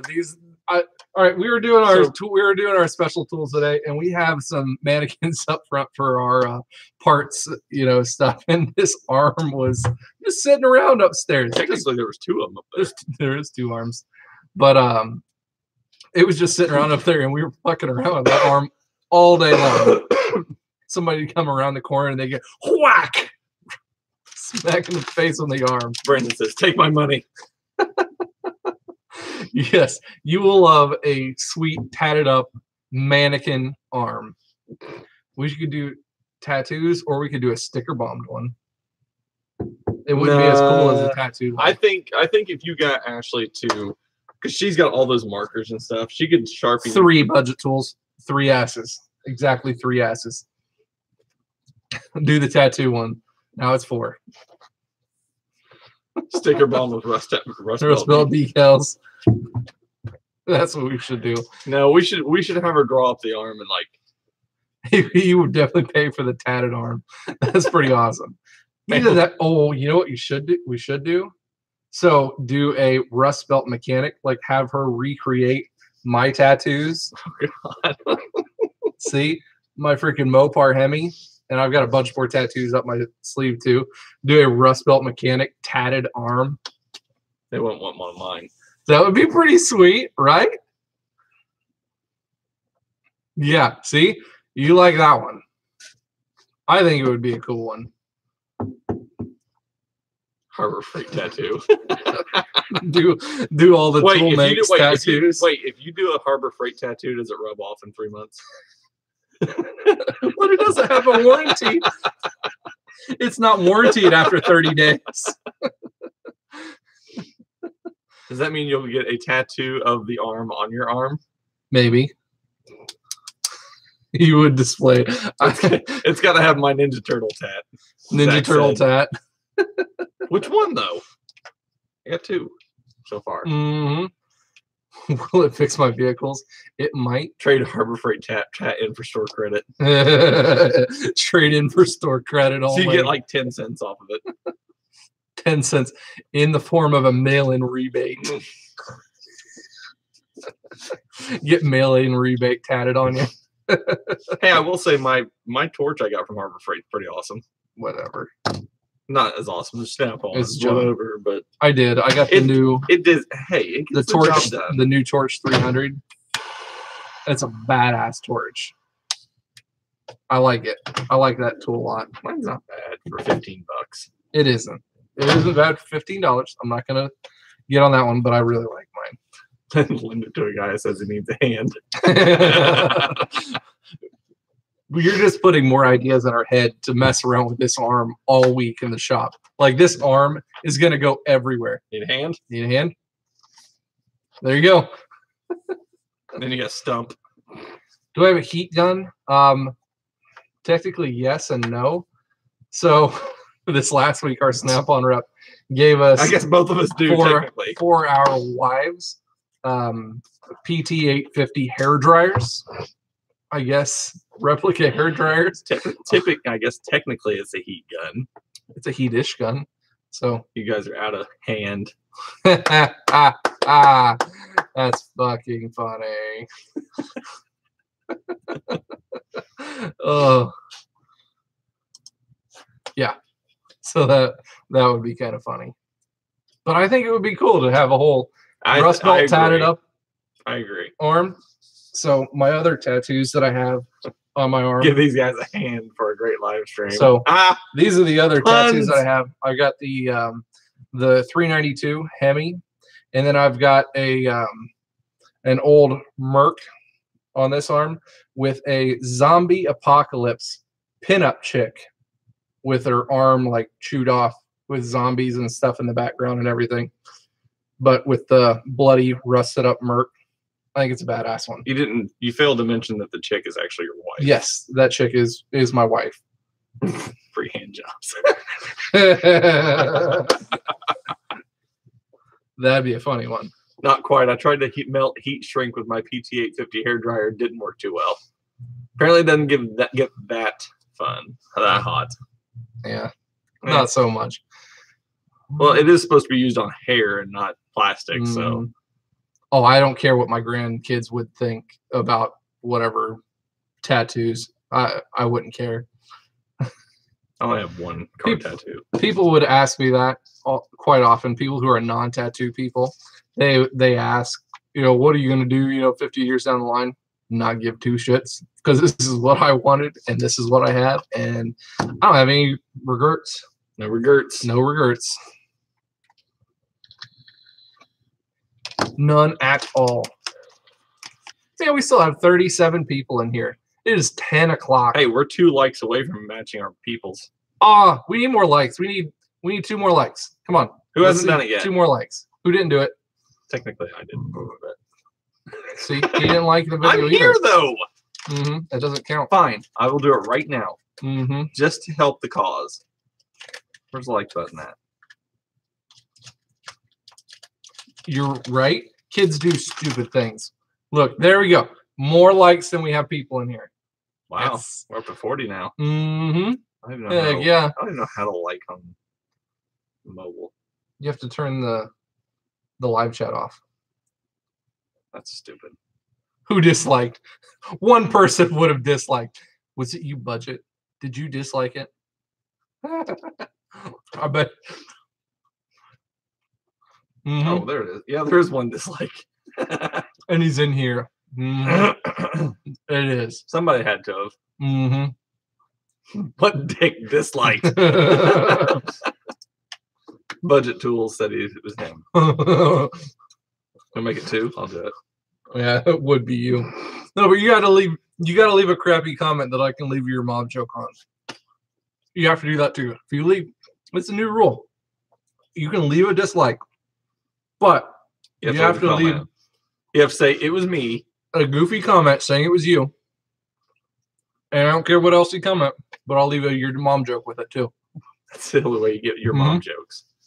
You will get your mom jokes on any of my future videos for that purpose alone. Why would you even lift your truck that high? Brandon, you know why. You friggin' did it. Yeah, you helped do it. I'll reply with what review though. It's a pair of dicks. Call it as you see it. Now 2 dislikes. You guys would do that shit. Oh, that's funny. It never fails. You're always going to have so many dislikes, and I think it's funny. Just because of the fact that I get to tell them after they leave a shitty comment, yep, but you still watch my video. And I always find it's the same people leaving shitty comments. Like, it's the same, like, the 3 people usually leave shitty comments across my videos. Trolls be trolls, man. But it's the same 3 people. They keep watching the videos over and over. Like, you think my videos are shitty, and you think I'm a shitty technician, and you think I rob people money, but they keep on leaving comments. They're still watching the videos. So, I don't know. I think it's kind of funny. Lowered versus lifted trucks. Both.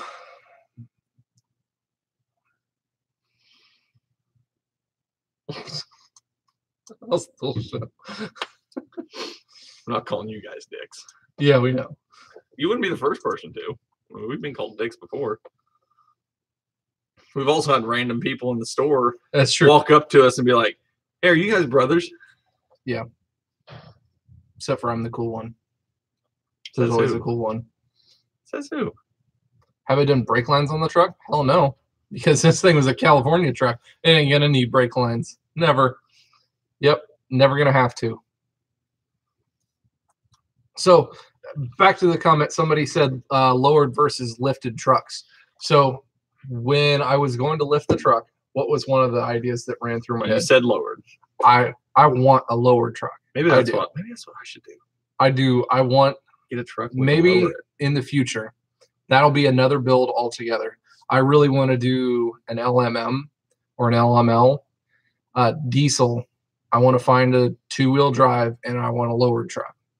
I want to do it. I think they look cool, especially in the LMM, LML body style range. I think they're badass. So I really want to do one. So maybe future build, stuff like that. But as far as stuff that I use it for, off-road and picking up big things that lifted, long bed, big truck, that was, you know, better on the list for right now. Mm-hmm. What's up, toolbox footage? What's up, man? Oh yeah, and Corey, I'm gonna go all out. If I do it, as you can tell on this truck, if I'm gonna do something, it's gonna go all out. It's gonna be on air ride, custom air ride bag. It's gonna be the chassis. We're gonna cut the chassis. We're gonna get that thing slammed on the ground. I don't know. You guys can make fun of me for liking it, but I think they're cool too. Chilling like a villain. But yeah, everyone, they have their own opinions and all this stuff, and I get a lot of comments on that too. Like, why would you do that to your truck? You just made it shitty. I'm not one of the guys who's going to be hating one way or another. Definitely not on that aspect. Especially the guys who are throwing shitty comments about Ford stuff and Dodge stuff sucks. And you guys can like what you want, like what you like, and if you like what I do, then you're watching my channel to like it. So, just one of those things. That's my opinion for it. I thought that was open. That would suck. Exactly, Warren. You do what you like. I'm going to do what I like, and I will take your comments and I will take your input because I do care what my viewers think. Otherwise, why would I have a YouTube channel? Brandon says we should get another Drive Max bag. However, I am not going to change what I do based off of what shitty comments or people tell me to do. That is not what I'm going to do. Definitely. I'm going to do what I want to do, whether you like it or not. Budget? Seriously? We're going to go there. I'm pretty sure they all said to bang your mom, though, so. I mean, there's more guys on that line. Check your logbook.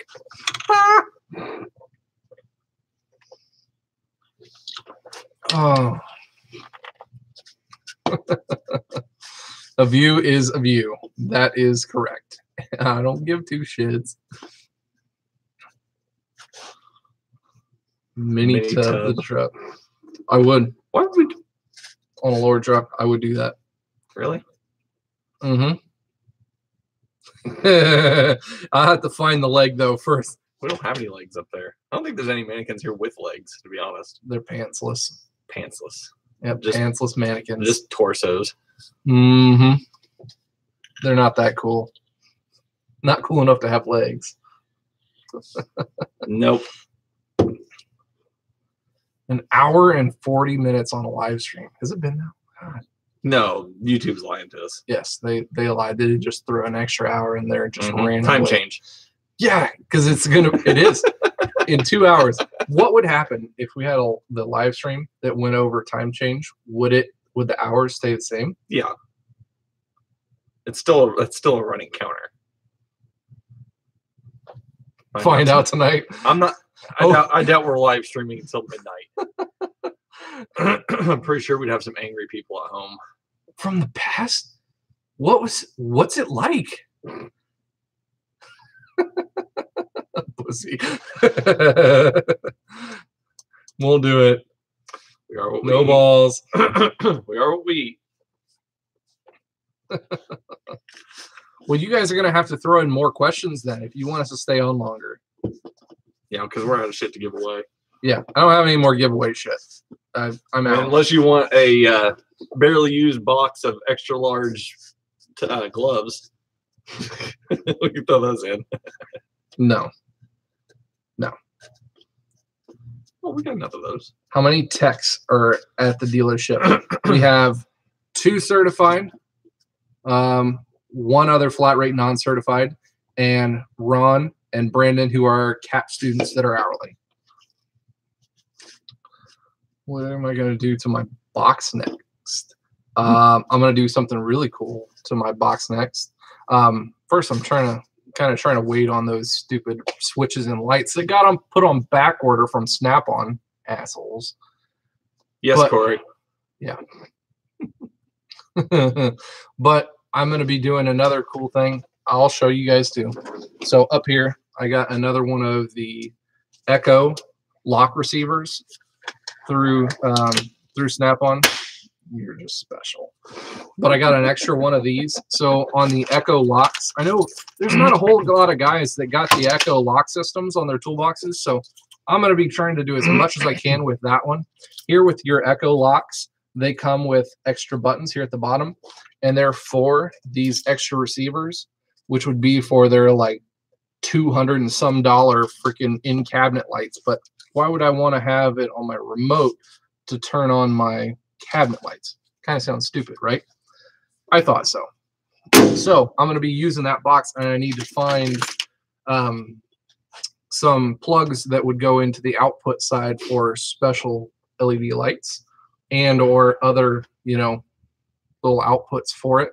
So I think that would be kind of neat, just because nobody else has messed with those yet, not that I've seen.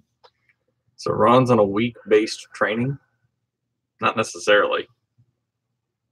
The way my schedule breaks down is that, so with the school thing is that my semester is broke up in half. So I have an A term and a B term. My A term is, well, one of the terms is 8 weeks of school. So I'm there whatever scheduled days I have for my automotive classes. You're 8 weeks on, 8 weeks off. And 8 weeks at the dealer, right. 8 weeks at school. So the other 8 weeks is straight up an internship. So I'm here 40 hours a week plus. And he gets college credit for being here. Correct. Also. So it does count towards that one also. So the nice thing I had, though, is that before I started college, I did all my prerequisites. So my math, my English, all that kind of crap. So now that I'm in my automotive classes, I only go Monday, Wednesday, and Friday. So Tuesdays and Thursdays, I'm here, 8 to 5:30, just like a normal working day. So that helps with, a paycheck. What is the foot-pounds on the impact that I use the most? I use my PT850. Sorry, I only have Snap-on impacts, so I can't give you a whole lot of other insight on that. Larry, one of the other techs here, he uses some Mac tools because his last job that he worked at had a Mac tool dealer. It was pretty good, so he uses Mac tools quite a bit. I don't know what kind of foot-pounds output they have, but he's got them and they last. They haven't broken yet. Bill's got some old ass impacts. Mm-hmm. Yeah, the ASEP student thing is about the same thing. I was going to go into that program also, but ended up getting picked up by CAP instead. Cornwell is rebranded Ingersoll Rand. Yes, we don't have Cornwell stuff here. Ingersoll Rand is pretty good. It's one of those things also you can get. One Ingersoll Rand is, from what I've heard at least, is a crappy knockoff, or kind of like if you were to buy a John Deere mower, you can get the John Deere mower from John Deere, or you can get a John Deere mower from Home Depot. The ones that are not rebranded, but sold for cheaper prices at Home Depot are shittier versions. So make sure you get the good versions of the Ingersoll Rands. Step up.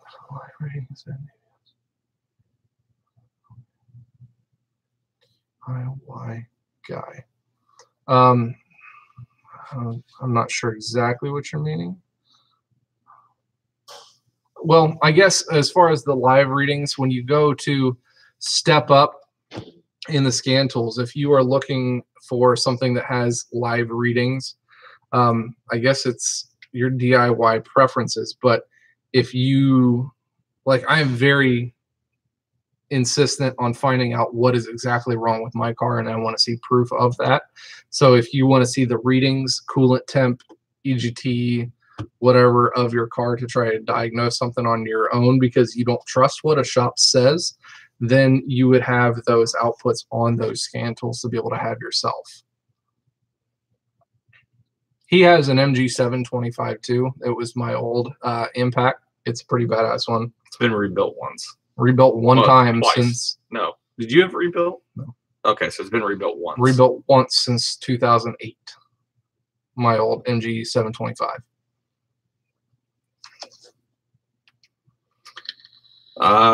Snap-on guy have any other brands on the truck or only Snap-on? No. Our Snap-on guy has hardcore amounts of Milwaukee. Yeah, he does.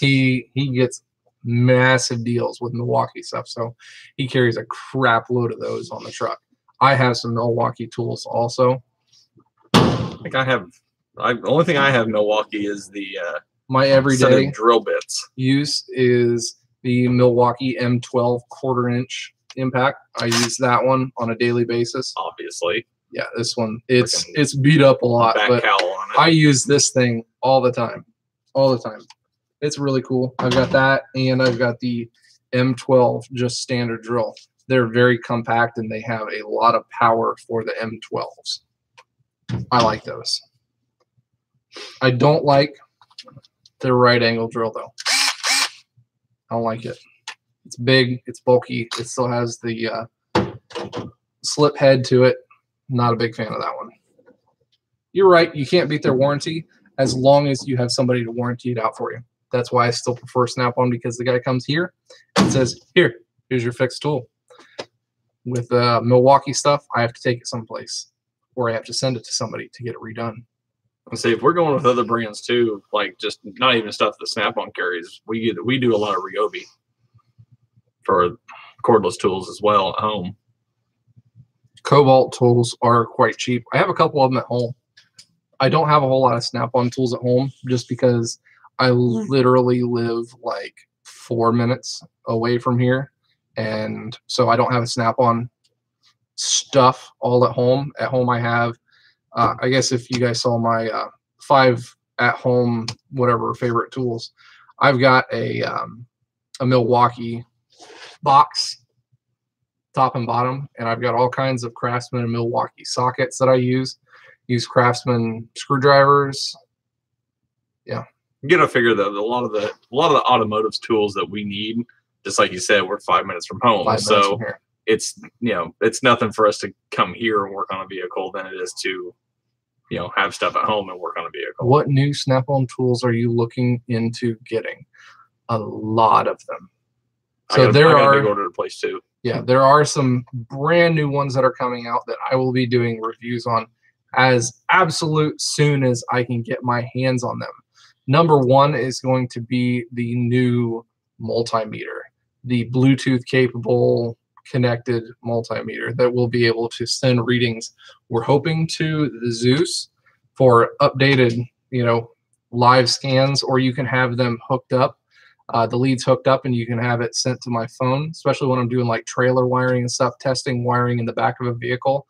I can have the meter hooked up and it sends the information to my phone on an app or via Bluetooth. I'm not sure exactly from that. So I'm definitely looking forward to that multimeter. I've told my dealer the very first second that he gets it is he's going to be on his way here with it. So I will do a full-on review of that one as absolute soon as I can get it.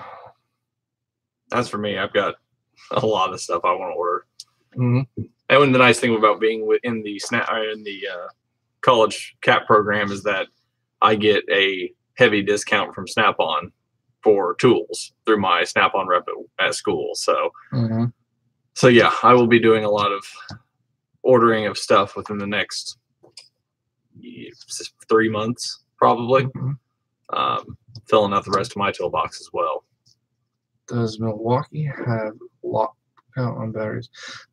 Jacob, the one key setup, I think has that, and I'm thinking about getting me one of the new Milwaukee half-inch impacts. JRC has done a really good review on their impacts in general, and I would like to do a review on the one key setup on the half-inch ones. I'm not sure exactly what if the one keys are able to have the battery turn off from the Bluetooth of a phone yet. No, I haven't been posting as often lately just because job duties. I've become the shop foreman here at the shop, so I'm having to do a couple of extra things lately. Family stuff's been going on, especially very, very harsh lately on that one. We've been doing a whole bunch of stuff with the kids and dog stuff. I had to put one of my dogs down recently, so that week kind of sucked. I know I only got like one video out that week, but I'm trying to ramp back into things. I've got quite a few little videos and stuff to put out here in the next week or two, so I'm hoping to step up my videos for that one. So stick with me on that.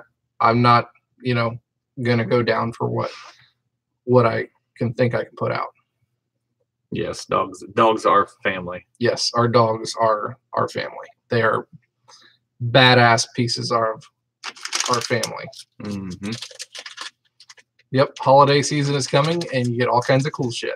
So, and busy furniture shopping. Yep.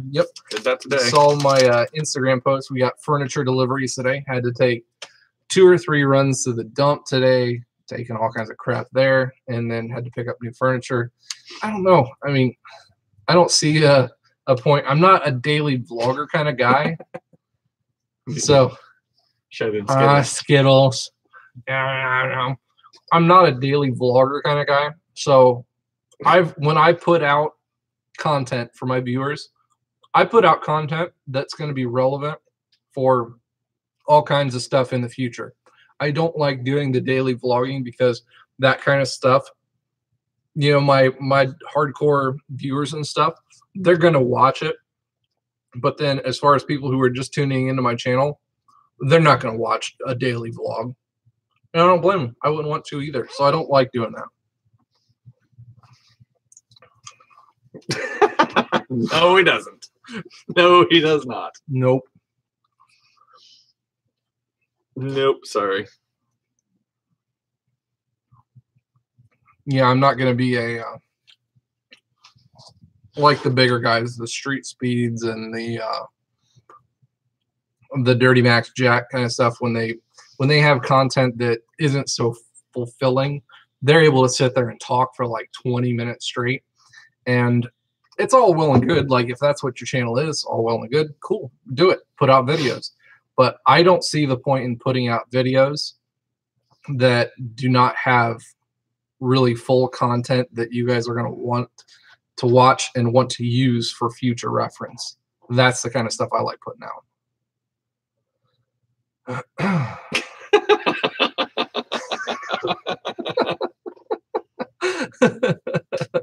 Oh, budget. You can cut yourself off here real short.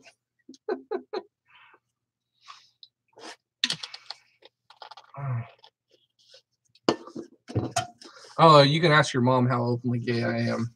I don't think that she would agree with that one. Just saying. Bird. But it's just fishing for those your mom jokes.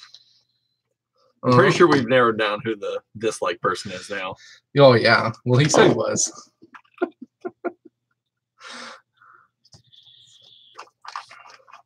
No, not to be your daddy. No, I'm like, Jim, I'm a time traveler. I went back in time just for that good shit. I can enjoy seeing things. I feel your pain, Eric, because I'm the same way. Mm-hmm. I won't lie. Coming into being a mechanic, I had very, very little car knowledge. I mean, I was a cable tech for 10 years, and before that, I was a draftsman, a CAD draftsman. So cars have always been something I've been interested in, but it's just I never was big into them. Like I used to look at car magazines when I was younger and stuff like that, but never really had the car mentality. But this opportunity came up, and I enjoy working on vehicles and working with my hands. So it actually seems to work out pretty well. It's just now just getting the knowledge base down, which school's definitely helping with that, and also a lot of hands-on stuff here. I know you guys like seeing a lot of the in dealership stuff, and I'd like to show you guys more of that, but I like to keep some of this stuff separate, just because I like to keep my YouTube stuff here and my work stuff here. And when you started crossing them through, especially because I don't own my own shop, yes, I am the shop foreman here, but that doesn't mean I can just sit here with a camera all day and do this kind of stuff. It doesn't really look good to the management. So I can't sit here and do a whole lot of filming and video of a lot of the stuff that I work on. Plus, I don't have the time to go and talk with all the individual customers and ask them, hey, can I put your car on my video? Just because I don't want to have there's a lot of red tape with that. The headache of, having a customer come on down the road. Yeah, you have my car in your video and you didn't give me permission. So that's one of the reasons that I don't have time to do that kind of stuff. And there's other guys that do really good jobs at it too. I could have that, but I've got plenty of other content here that, doing my own stuff rather than having to pull in my daily things. All right, Budget, I'll give you some ammo because I'm sure you'll enjoy this. So as of right now, my current vehicles. Here it comes. Here it comes. My current vehicles. Kia. My current vehicle is a Kia Rio. And then we also have Hamster Mobile. I also have a Dodge Caravan. You called that one. You got that one right. I did call that one. But then again, I also have 2 kids, so I've got to have something to haul the children's around in and stuff like that. So, plan is that whenever I get through with school and start getting my footing here, is that I'm probably going to trade the Kia in, and I would like to get possibly a Durango. Something SUV wise. So yes, you're not far off of the mark from that one either. So, I mean, I've tossed around the idea of getting a truck, because it is convenient, and no, it's not a stick. I mean, I can drive a stick, but my Rio is not a stick. I have thrown around the idea of getting a truck, because I do like the newer ones. I don't know. I haven't made a decision yet on what exactly I would want. But I do know that I am a very big fan of the Durangos, the Grand Cherokees, stuff like that. I mean, honestly, if I had my pick of stuff, I would love to have a Commander again. We had a Jeep Commander before. I know you don't like them. I had a box on wheels. I know, but we had a Jeep Commander at one point, and it was awesome. I loved it. Throw in the stick jokes. Yeah, bring it. I don't care. Yeah, the new Durangos are badass. We have an SRT one here in the shop, and they are freaking sweet. Yes. I would drive that man wagon around. You can throw in all the jokes about that one. Yeah. I mean, granted, yeah, I would love to have a Charger or a Challenger, or something fun like that, or the Hellcat that's sitting on the other side of that wall. We'll go into that one next.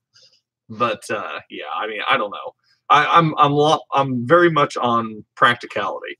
I got the Kia because it was a necessity at the time, and I needed something that was going to be good on gas mileage. So that's why I got the Kia Rio. We got the van because we had 2 kids and we needed something to haul the kids around in. So we got the van. Turbo the Kia, make it a sleeper. Yeah. Well, didn't we talk about like getting a old Impala wagon and putting if I had unlimited funds, there are some really awesome projects that just come bouncing around that I would really love to do. like an early 60s Impala wagon, slammed on the ground, blacked out glass and everything, Duramax diesel swapped. You can't tell me that wouldn't be a badass build. I think that would be freaking awesome, and I'd love to see it, and I'd love to be the one to do it. Mm-hmm. What do you think about the elephant? I want to see it. I mean, it's one of those things where I've seen a video of it. I'll see that. I'm talking about. I know you want to see it in real life. I mean, hell, I want to see it in real life. Mm-hmm. I would love to see one, but we work at a smaller dealership, so people around here don't have fuck you money, so they're not going to have that kind of stuff to throw. Or if they do, they don't do it with that. Yeah, they don't spend that kind of stuff around here.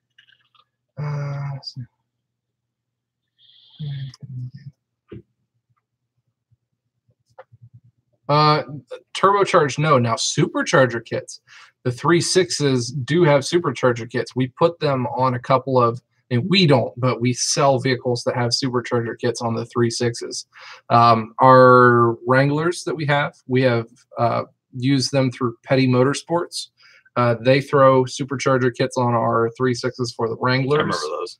And they did one other one. The truck, wasn't it? Yeah, they did a truck also. But they can do, yeah, for front wheel drive, they could do it too. Yeah. You just have to ask them, and they do it. If it's on any 3.6, just has different piping and such, but they can do supercharged kits for 3.6s. Any vehicle. Now, I haven't, you're obviously not going to get, can we do a supercharger kit on my Dodge Journey? No. We definitely don't have those kind of people around here. They'll give you the same look. They'll give you the same look I just gave. Why? Yep.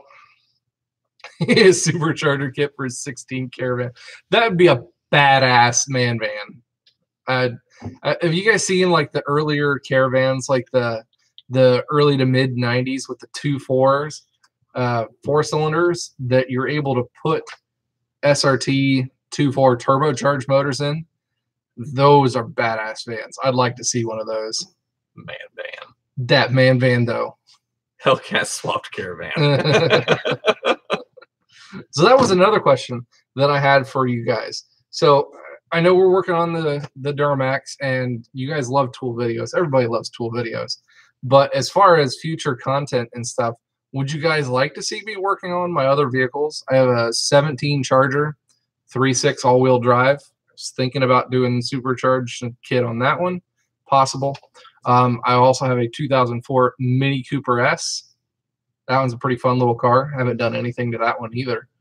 And then today we got traded in a 2015 Challenger Hellcat, and oh god, I got to drive that for like 45 minutes today, and it's an amazing machine. It really is, and I didn't get to go. I want to see it so bad. Lift kit on the Mini Coupe. Lift kit on the Mini Coupe. You even make that? Lift kit on the Mini Cooper? No, no. You need to see it, but it wouldn't be me doing it. Custom lift kit on the Mini. No. Mini Cooper, and surprisingly, they don't have a whole lot of aftermarket parts when it comes to that. Like, you would be surprised. The freaking Fiat 500s have more parts and kits and everything available for those than the older Mini Coopers do. Well, you forgot to mention we could do the Kia. Yeah. We'll leave that to Ron's Man Van channel. Yeah, which will never. Unless you guys want to donate to that. A mini lift on the Caravan. I'm sure it could be done. Sure, it could be done. Front cross member with lower control arm drops, just like a truck. You could do it. You just need the front cross member drops, and then some kind of a custom. Jersey said I'd sub, waiting on the Kia sleeper build. That might be the only thing that'll make me keep the Kia. Bag it with some subs and spinners. LS swap it. LS swap the world. Yep. No, if we're gonna swap anything, we'd put a Hemi in it. I've seen the Journeyman Mini Coopers, and it's just, it's not me. We've got ours is a '04 supercharged Mini Cooper, and it's a fun little car. It gets good gas mileage. It's a stick. Yeah, it's 5-speed. I haven't had to do much of anything to it. It just goes. It's only got like 90,000 miles on it. It's pretty nice. The Elephant is perfect for it. Lift all the things. Lift everything. But yeah, I got to drive that 15 Hellcat today, and I was enamored by it.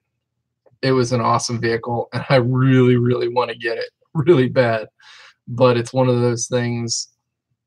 Do you go almost broke to get the thing that you really want, or be? Give it another 6 months. You two will pay for that and your Snap-on box. Yeah, maybe.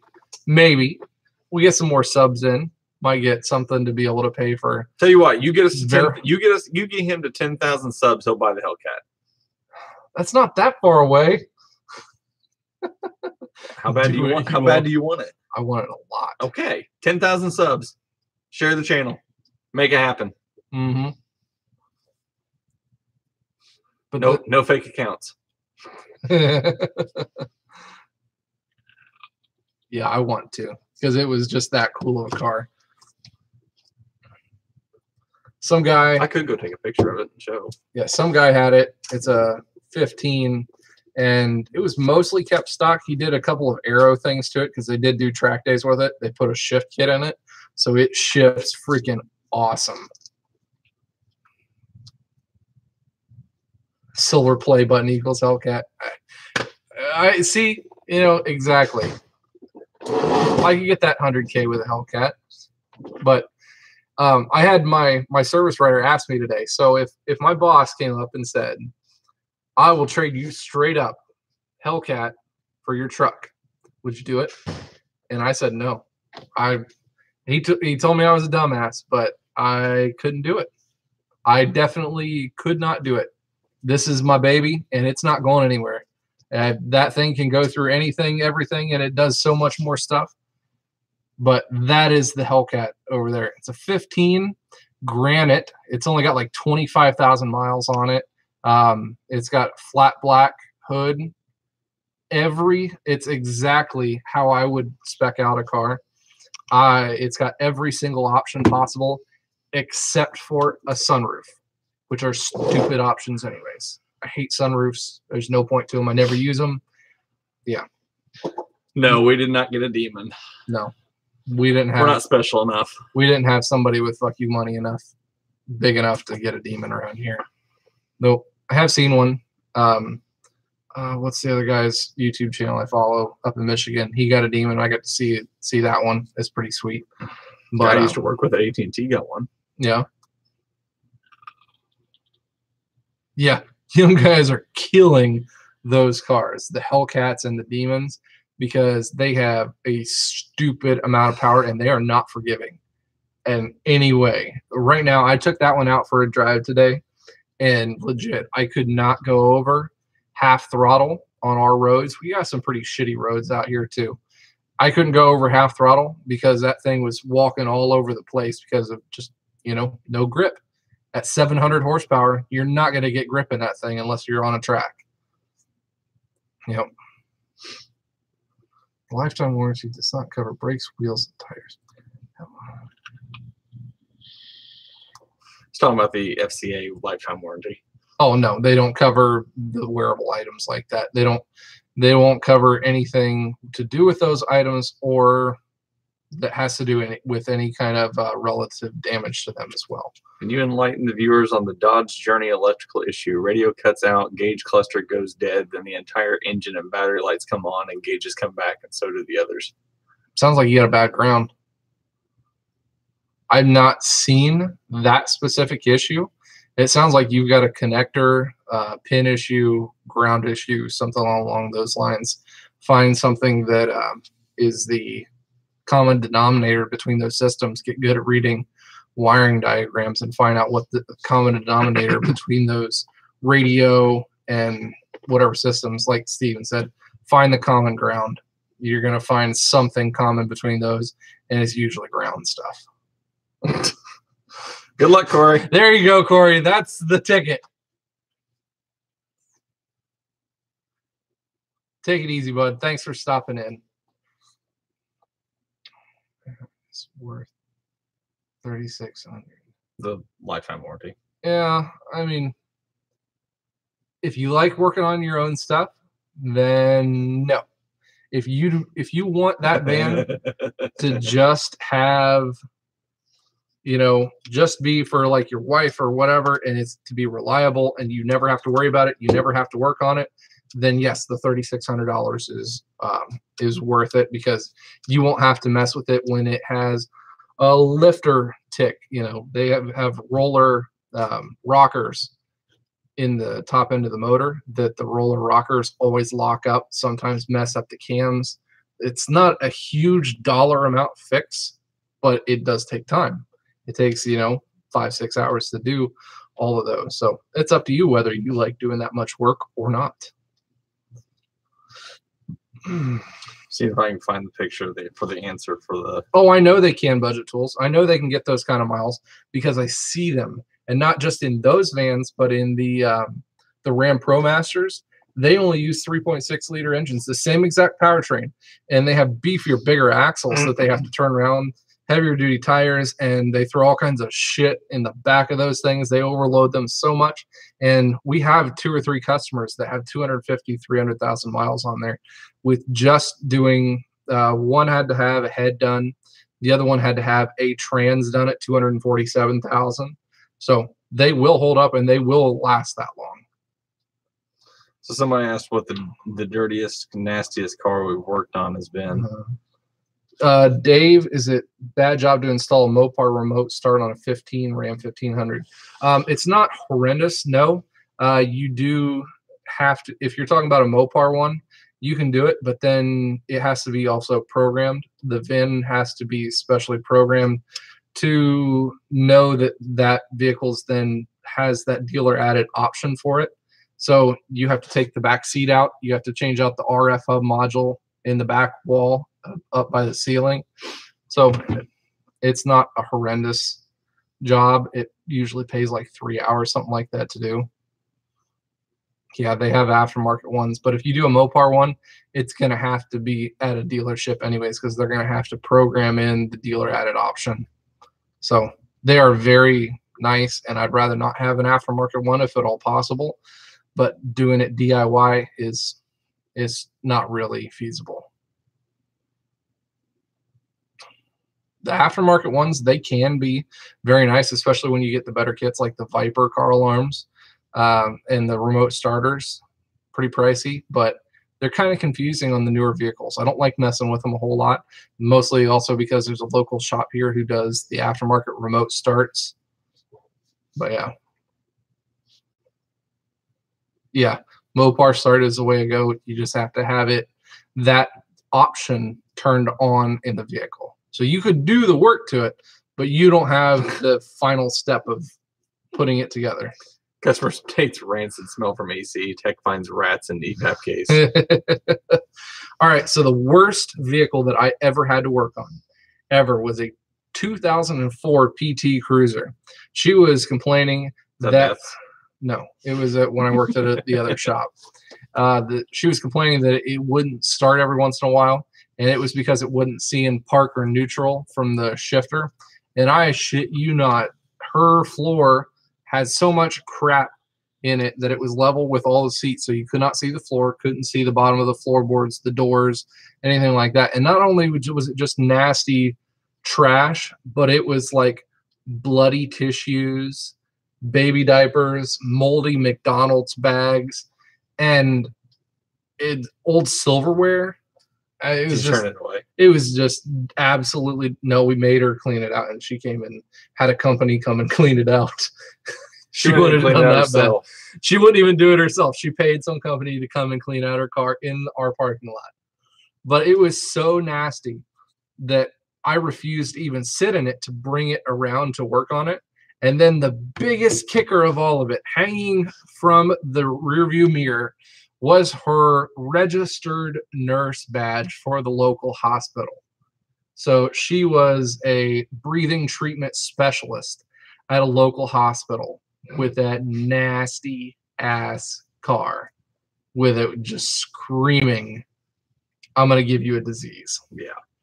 Mm-hmm. Remember the car that rolled in here that literally had dog shit on the dash? It did. Literally like had a dog shit on the dash. Like sun-dried dog shit. Just installed some 20 by 12 and 844s on stock. Traction bars. Yes, I got mine from BDS. They're recoil traction bars, and they are freaking awesome. Now, just an FYI, if you're going traction bars from BDS, if you have a long bed, those brackets, they are not meant for long bed trucks. They don't have them specifically for that yet.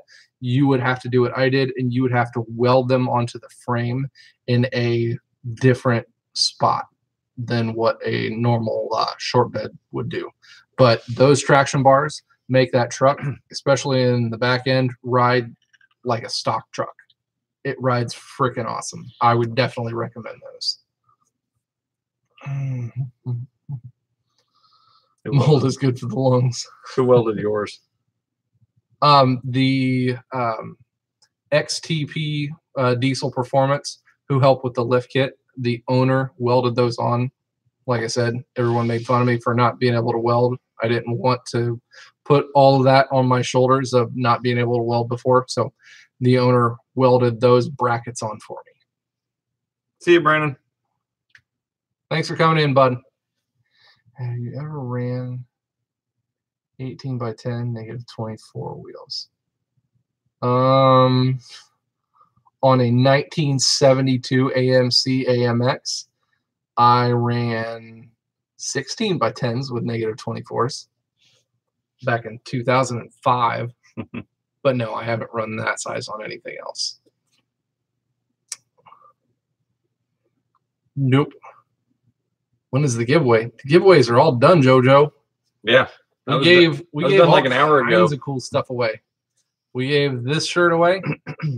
Still got to get that guy on. And we gave away all kinds of other cool snap-on things, Scanner. a Wi-Fi scanner. We gave like 5 things away tonight. Yeah. Matter of fact, we probably should be close to wrapping it up, shouldn't we? Yeah, we're getting there. No, don't get in that budget. Don't listen to him. Don't listen to him. That cart is not next. That cart stays. You mean Will, that red one over here? Thoughts on wheel spacers? I have wheel spacers on my truck because I like to see everything nice and even. I have 2-inch wheel spacers on the rear, which makes the stamps exactly even front to rear. People say, "Oh, I'll never run wheel spacers." I've never had an issue with them. So, yeah, whatever. The truck behind us. When we give away the truck, I bet you want that truck behind me. I mean, for stupid money, I'd sell it eventually, but no, that's my truck. That's my baby. What's your number? I'm not gonna give a number because I know some crazy person would be on here and they would give me a heart attack. Well, you gotta do that plus like 15% just because it's yours. I don't. It's not a Ford. That's good for you. You can have all them oval cross inbred things. 100,000. I'd do it for that. Who's got 100,000 and wants to give up to? I'd do it for 100K. You could have that truck for 100K. I'd even hand deliver it to you. I would do that. The paint is holding up fantastically. I don't even have a single chip in it yet, and it's cleaning off just as easy. 100,000 doll hairs. How many miles are on the truck? 109? 104,000. 104,000. Don't take Monopoly money. What does this mean? I don't know. I don't know what super chat is on YouTube. I don't know what that means. Monopoly money, I assume. Find out. But yeah, I love my truck. Way too much to give it away and throw it away for, random money, low money. I had, like I said earlier, asked if somebody would trade me this used Hellcat for it. Won't do it. Nope. What should I run? Make my front and rear wheels in line. 33. So you're going to need right between 1 3/4 or 2-inch wheel spacers to even the front and rear stance out. Your front with a 6-inch lift kit, especially through BDS or rough country, makes the front end stick out, unless through BDS you specifically got the narrow front end wheel kit. So it takes 2-inch wheel spacers if you don't want to cut your existing lug studs. But yeah, donate through PayPal on live stream equals super chat. Yeah, so it's kind of like, you know how Twitch stream does donations? Uh-huh. It's that, but for YouTube. Huh. I wonder if apparently you can't. Maybe you can't do it from mobile. I don't know. Because I can't see anything in here from mobile, but it might be. How much does a wheel and axle cost for a 2017 Tahoe? I don't know. I don't work on Tahoes and I don't work at parts stores. Don't know that. You've seen Super Chat. Do you have to be super chatty for that? I don't know how to do it. Like, I don't know if you can just turn it on or do you have to start one that's specifically that. Well, maybe you have to. I don't know if it goes by time or if it is like so much live time on here. I have to turn it on in my settings. So that's probably something on my standard YouTube channel that I would have to be able to turn on. I believe I saw it in my analytic area. Yeah, Probably. It's in my dashboard. Yeah, it's basically live donations is what it is. I don't know if I can do that from You might be able to. here or not. When you go.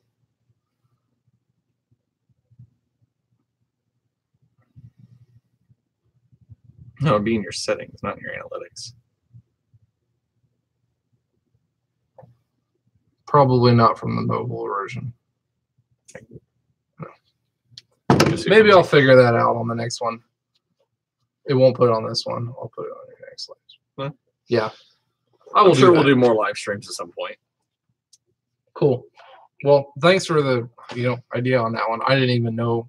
I don't do this live stuff very often enough. So we're moving on up in the world. We'll do some of that fancy chats. You gonna start live streaming your day? No, I would not live stream my day. I like you guys. You guys are awesome, but I don't like you that much to follow me around. That's why I don't do vlogging. Don't do that kind of stuff. Wants to go make baby 3. What? Ron can't make baby 3. Are you running stock drive shaft? Twitch stream the shop. Honestly on my channel I do have a Twitch stream. And I used to be a Twitch streamer, and I tried that one time, and for me there wasn't that much following because I don't have that background on my channel. So SoCal Vortec. My truck is a quad cab long bed, so it is a 2-piece drive shaft. They don't have the issues of popping out when people do lift kits like this. It's a longer, more steady drive shaft. The slip yoke doesn't come in and out as the suspension comes up and down. The carrier bearing is stuck at a fixed point in the frame, so I don't have to worry about that one. Blue juice box. Joel did a day in the life. I don't know that I could do that. I am literally all over the place. Very, very rarely do I get to spend more than an hour in my actual bays, and I wouldn't want to carry a phone around with me all the time to live stream that shit. Well, you wouldn't. You'd do it from here. I know, but then you'd be staring at nothing for a while. You guys will be staring at nothing for quite often because I am all over the shop helping technicians out, helping these guys out, getting stuff set up, talking to people up in the service drive, trying to set new technology up that we're working on here in the shop. He's only worked 7 hours. No, I'm pretty sure he works more than just 7 hours, but being a 7-hour live stream, so we could actually get an hour's worth of something done during the day. So that's kind of a different question, because being a foreman here isn't exactly what the standardized being a foreman is. When you look at being a foreman in a shop like this or a larger shop, usually the foremans are the ones doling out work. They're the ones talking to customers that do every single car that comes back in that's a comeback for other techs. They're doing all the other shitty work. They take care of the extra paperwork in the shop. They do a whole lot more work. I am still a technician. I still get paid flat rate. That's what most of my paycheck is for. I just get a little bit extra for doing shop foreman duties. I have to take care of special tools. I have to take care of ordering shop supplies. The main things that we need and run out of are washer fluids, our, make sure our oil tanks are full, making sure the shop stays clean and up to date. All of our software updates for all of our scan tools. I do all of that kind of stuff. So, it's like being a standard tech. I still make my money from flat rate work. I still have to work here and do 50 hour weeks, but I have to fill in and do all the other stuff like that. Yes, I do. It's a lot like the flat rate master, what I do, where he still works flat rate and still does all of his normal day-to-day stuff, but then he has shop foreman responsibilities up and above that. Yes, that's generally what I do. I still have to I always come in on weekends and handle, catching up with the extra stuff, because we might have jobs and things stuck over here and there on the end of the week. So I finish up all that work that I can. I'm here to make sure everything flows as easy as possible without putting strain on the service manager, the service writers, because they shouldn't have to worry about technicians and all the BS in the back. That's what I'm here to do.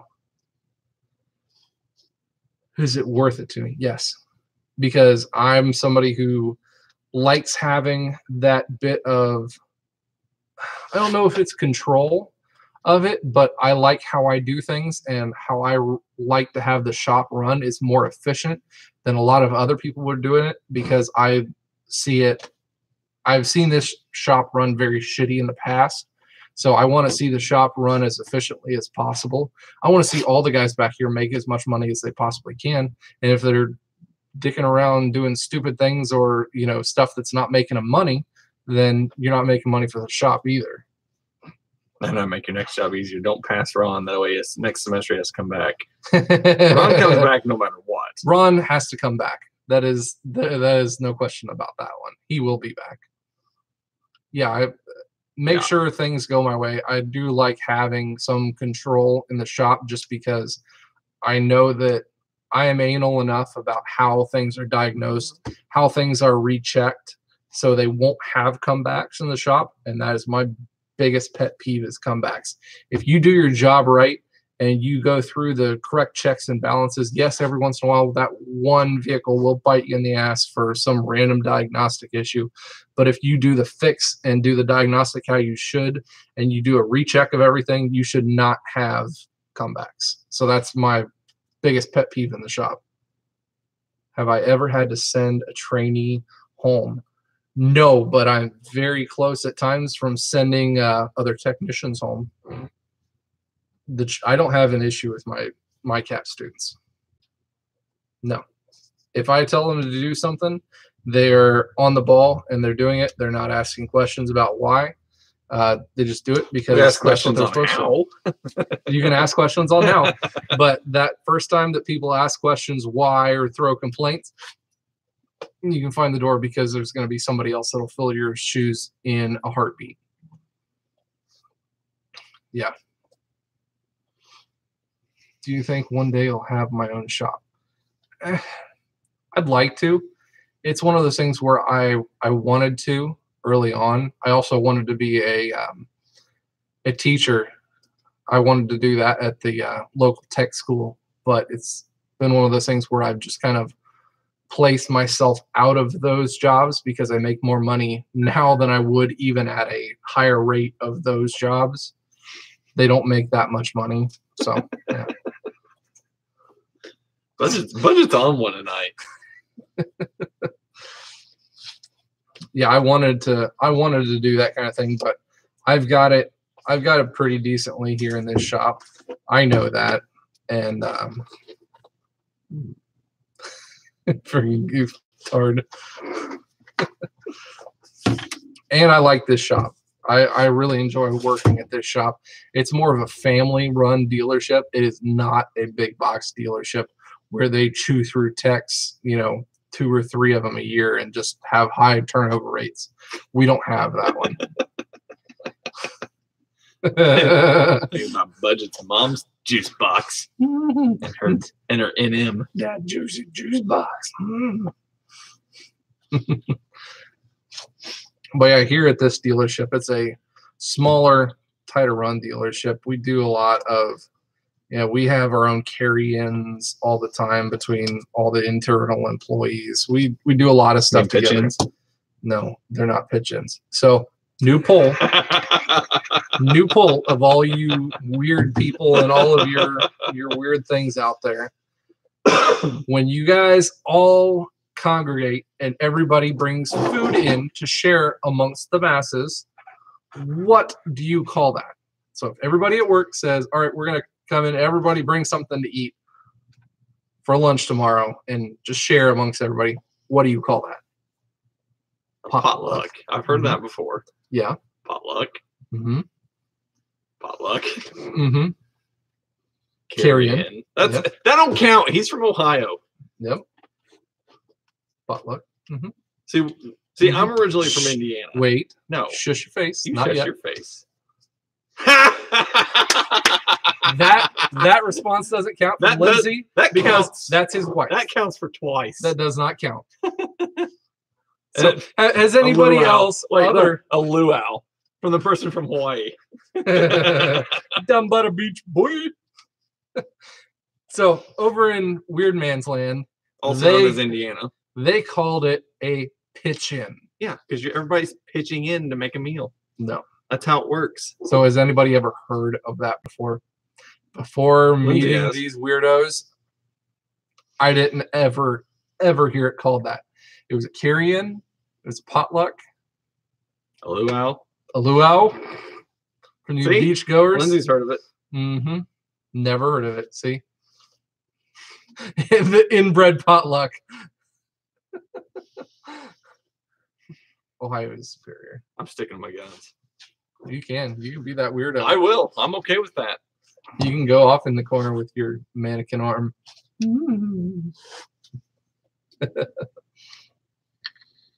Is it pop or soda? Pitch-in or potluck, huh? Pop or soda? Pitch-in is when you're buying something. Potluck is food. No, a potluck is technically you have pots of food and you pick out of them, and you're lucky in what you get. No, nobody's gonna want the arm. You don't know that. He goes. I bet Budget would. Jim goes all soda pop. No, I am a soda.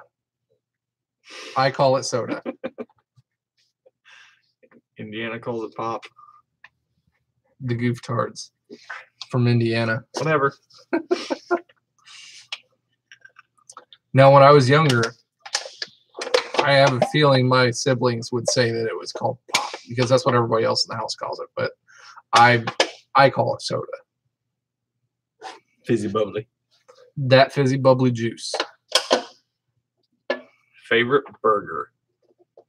Man, we're going off on tangents here. No. All right. So I'm super upset about this one. So there is a burger place down by our training center. I had to go down to Cincinnati for a training course this last week. And I get down there, and there's always this this burger place that's there. And for the life of me, I can't remember what it's called. It's some off-the-wall burger place. But I always look forward to it because there's absolutely nothing cool like that around here about having good burger places. And I get there, and what the hell? It closed down. the one burger joint that I look forward to going to, once or twice a year, it closes down. I'm missing good burgers.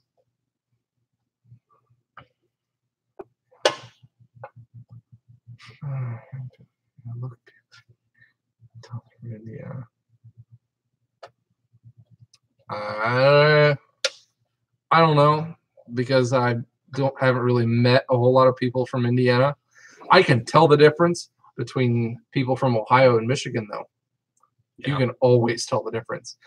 And one of the first questions you have to ask is, do you have a rock in your front yard? That is the one question that you ask a person, and you can tell if they're from Ohio or from Michigan. Mm-hmm. No, pickles are disgusting, Jacob, in any way, shape, or form. Doesn't matter where you're from, where you're at, pickles of any kind are disgusting. And he calls me weird. Yeah, pickles are gross. Pickles are not gross. Lewis, everybody gets 2 bays at least, plus we have a shared bay on each side of the shop and extra 4-post lift for the shop. Lindsay's mom and dad has a rock in their front yard. Mm-hmm. Yeah, so if you've seen my videos, when I go up north to see Truckmaster up in Michigan for some of those truck meets, see you, Steven. Thanks for coming in. I appreciate it. You're awesome. But up north in Michigan, we went through there, and we played the Where's Waldo thing of where's the rocks. We passed through the county that we had the truck in there, the truck meet there, and we counted, what was it, like 75 houses we passed? I think it was more of, we counted what houses didn't have rocks. Yeah. Every single person in Michigan has, I don't know, it's just the, and we're not talking like gravel, or we're not talking like decorative rocks that you put in your flower bed or whatever. 1,000-pound minimum. Like small boulders. They think it's cool to have gigantic freaking stones in their front yard, front of their driveway, something along those lines. And I think we also valued like their worth on how many they had in their front yard. Like we found like some that have 1, some that have 5. So the people that have more than 2, those are the uppity people in Michigan. Mm-hmm. They're like, so how much money you make? How many stones you got in the front yard? Goofus. Okay, we'll be home soon. Yep. Guys. They hit the rock instead. We have that on people who live out on like country roads that have like 90-degree turns and stuff. Yeah, they'll put rocks out there.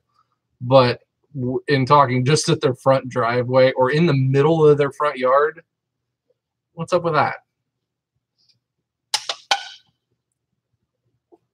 You never heard it? Well, in Detroit, you guys don't have whatever. You don't have drives in front yards.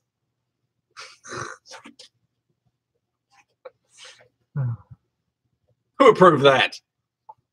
I bet it was JRC. Mm-hmm. Yep. See what I mean? Huge rocks in Michigan. You don't have that in Ohio. Nope. We're not weird. Have we really looked? Yeah, I paid attention. After finding that goofy thing in Michigan, yeah, I paid attention to that. Okay, well, I think we're going to be cutting it off, guys.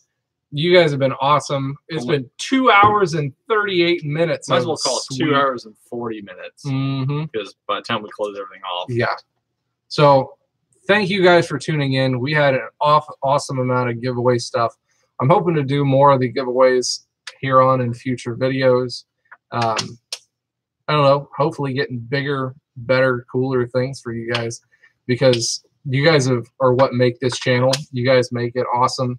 You tune into this, you pay attention for 2 hours and 40 minutes to us random fucking goofballs talking. Yep. So if you can put up with that, you guys are awesome. We're going to do some cooler stuff. Yes, and don't forget, 10,000 subs, get the Hellcat. So get them there. I hope so. Quicker the better. Yep, 10K subs, and I'll buy a Hellcat. I'll do it. I'll do it. Shoots? Yep, shoots. All right. Thank you, guys. You guys have been absolutely awesome. No, And Brandon, we're done.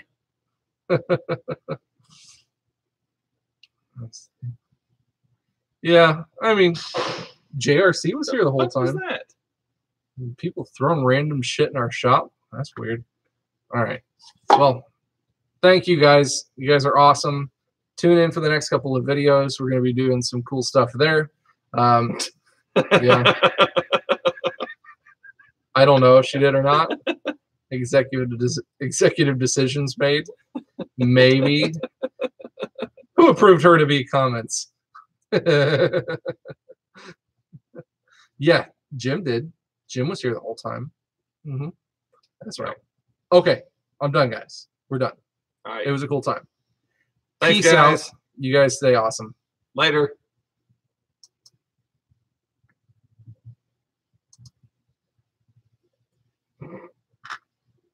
50 concurrent viewers. 3 new subs during that entire time. Oh, sweet Jesus. Oh, yeah, we got an hour and a half, maybe. 3 hours later. Yeah. Exactly. Okay. Let's go. Wait, we're still live, apparently.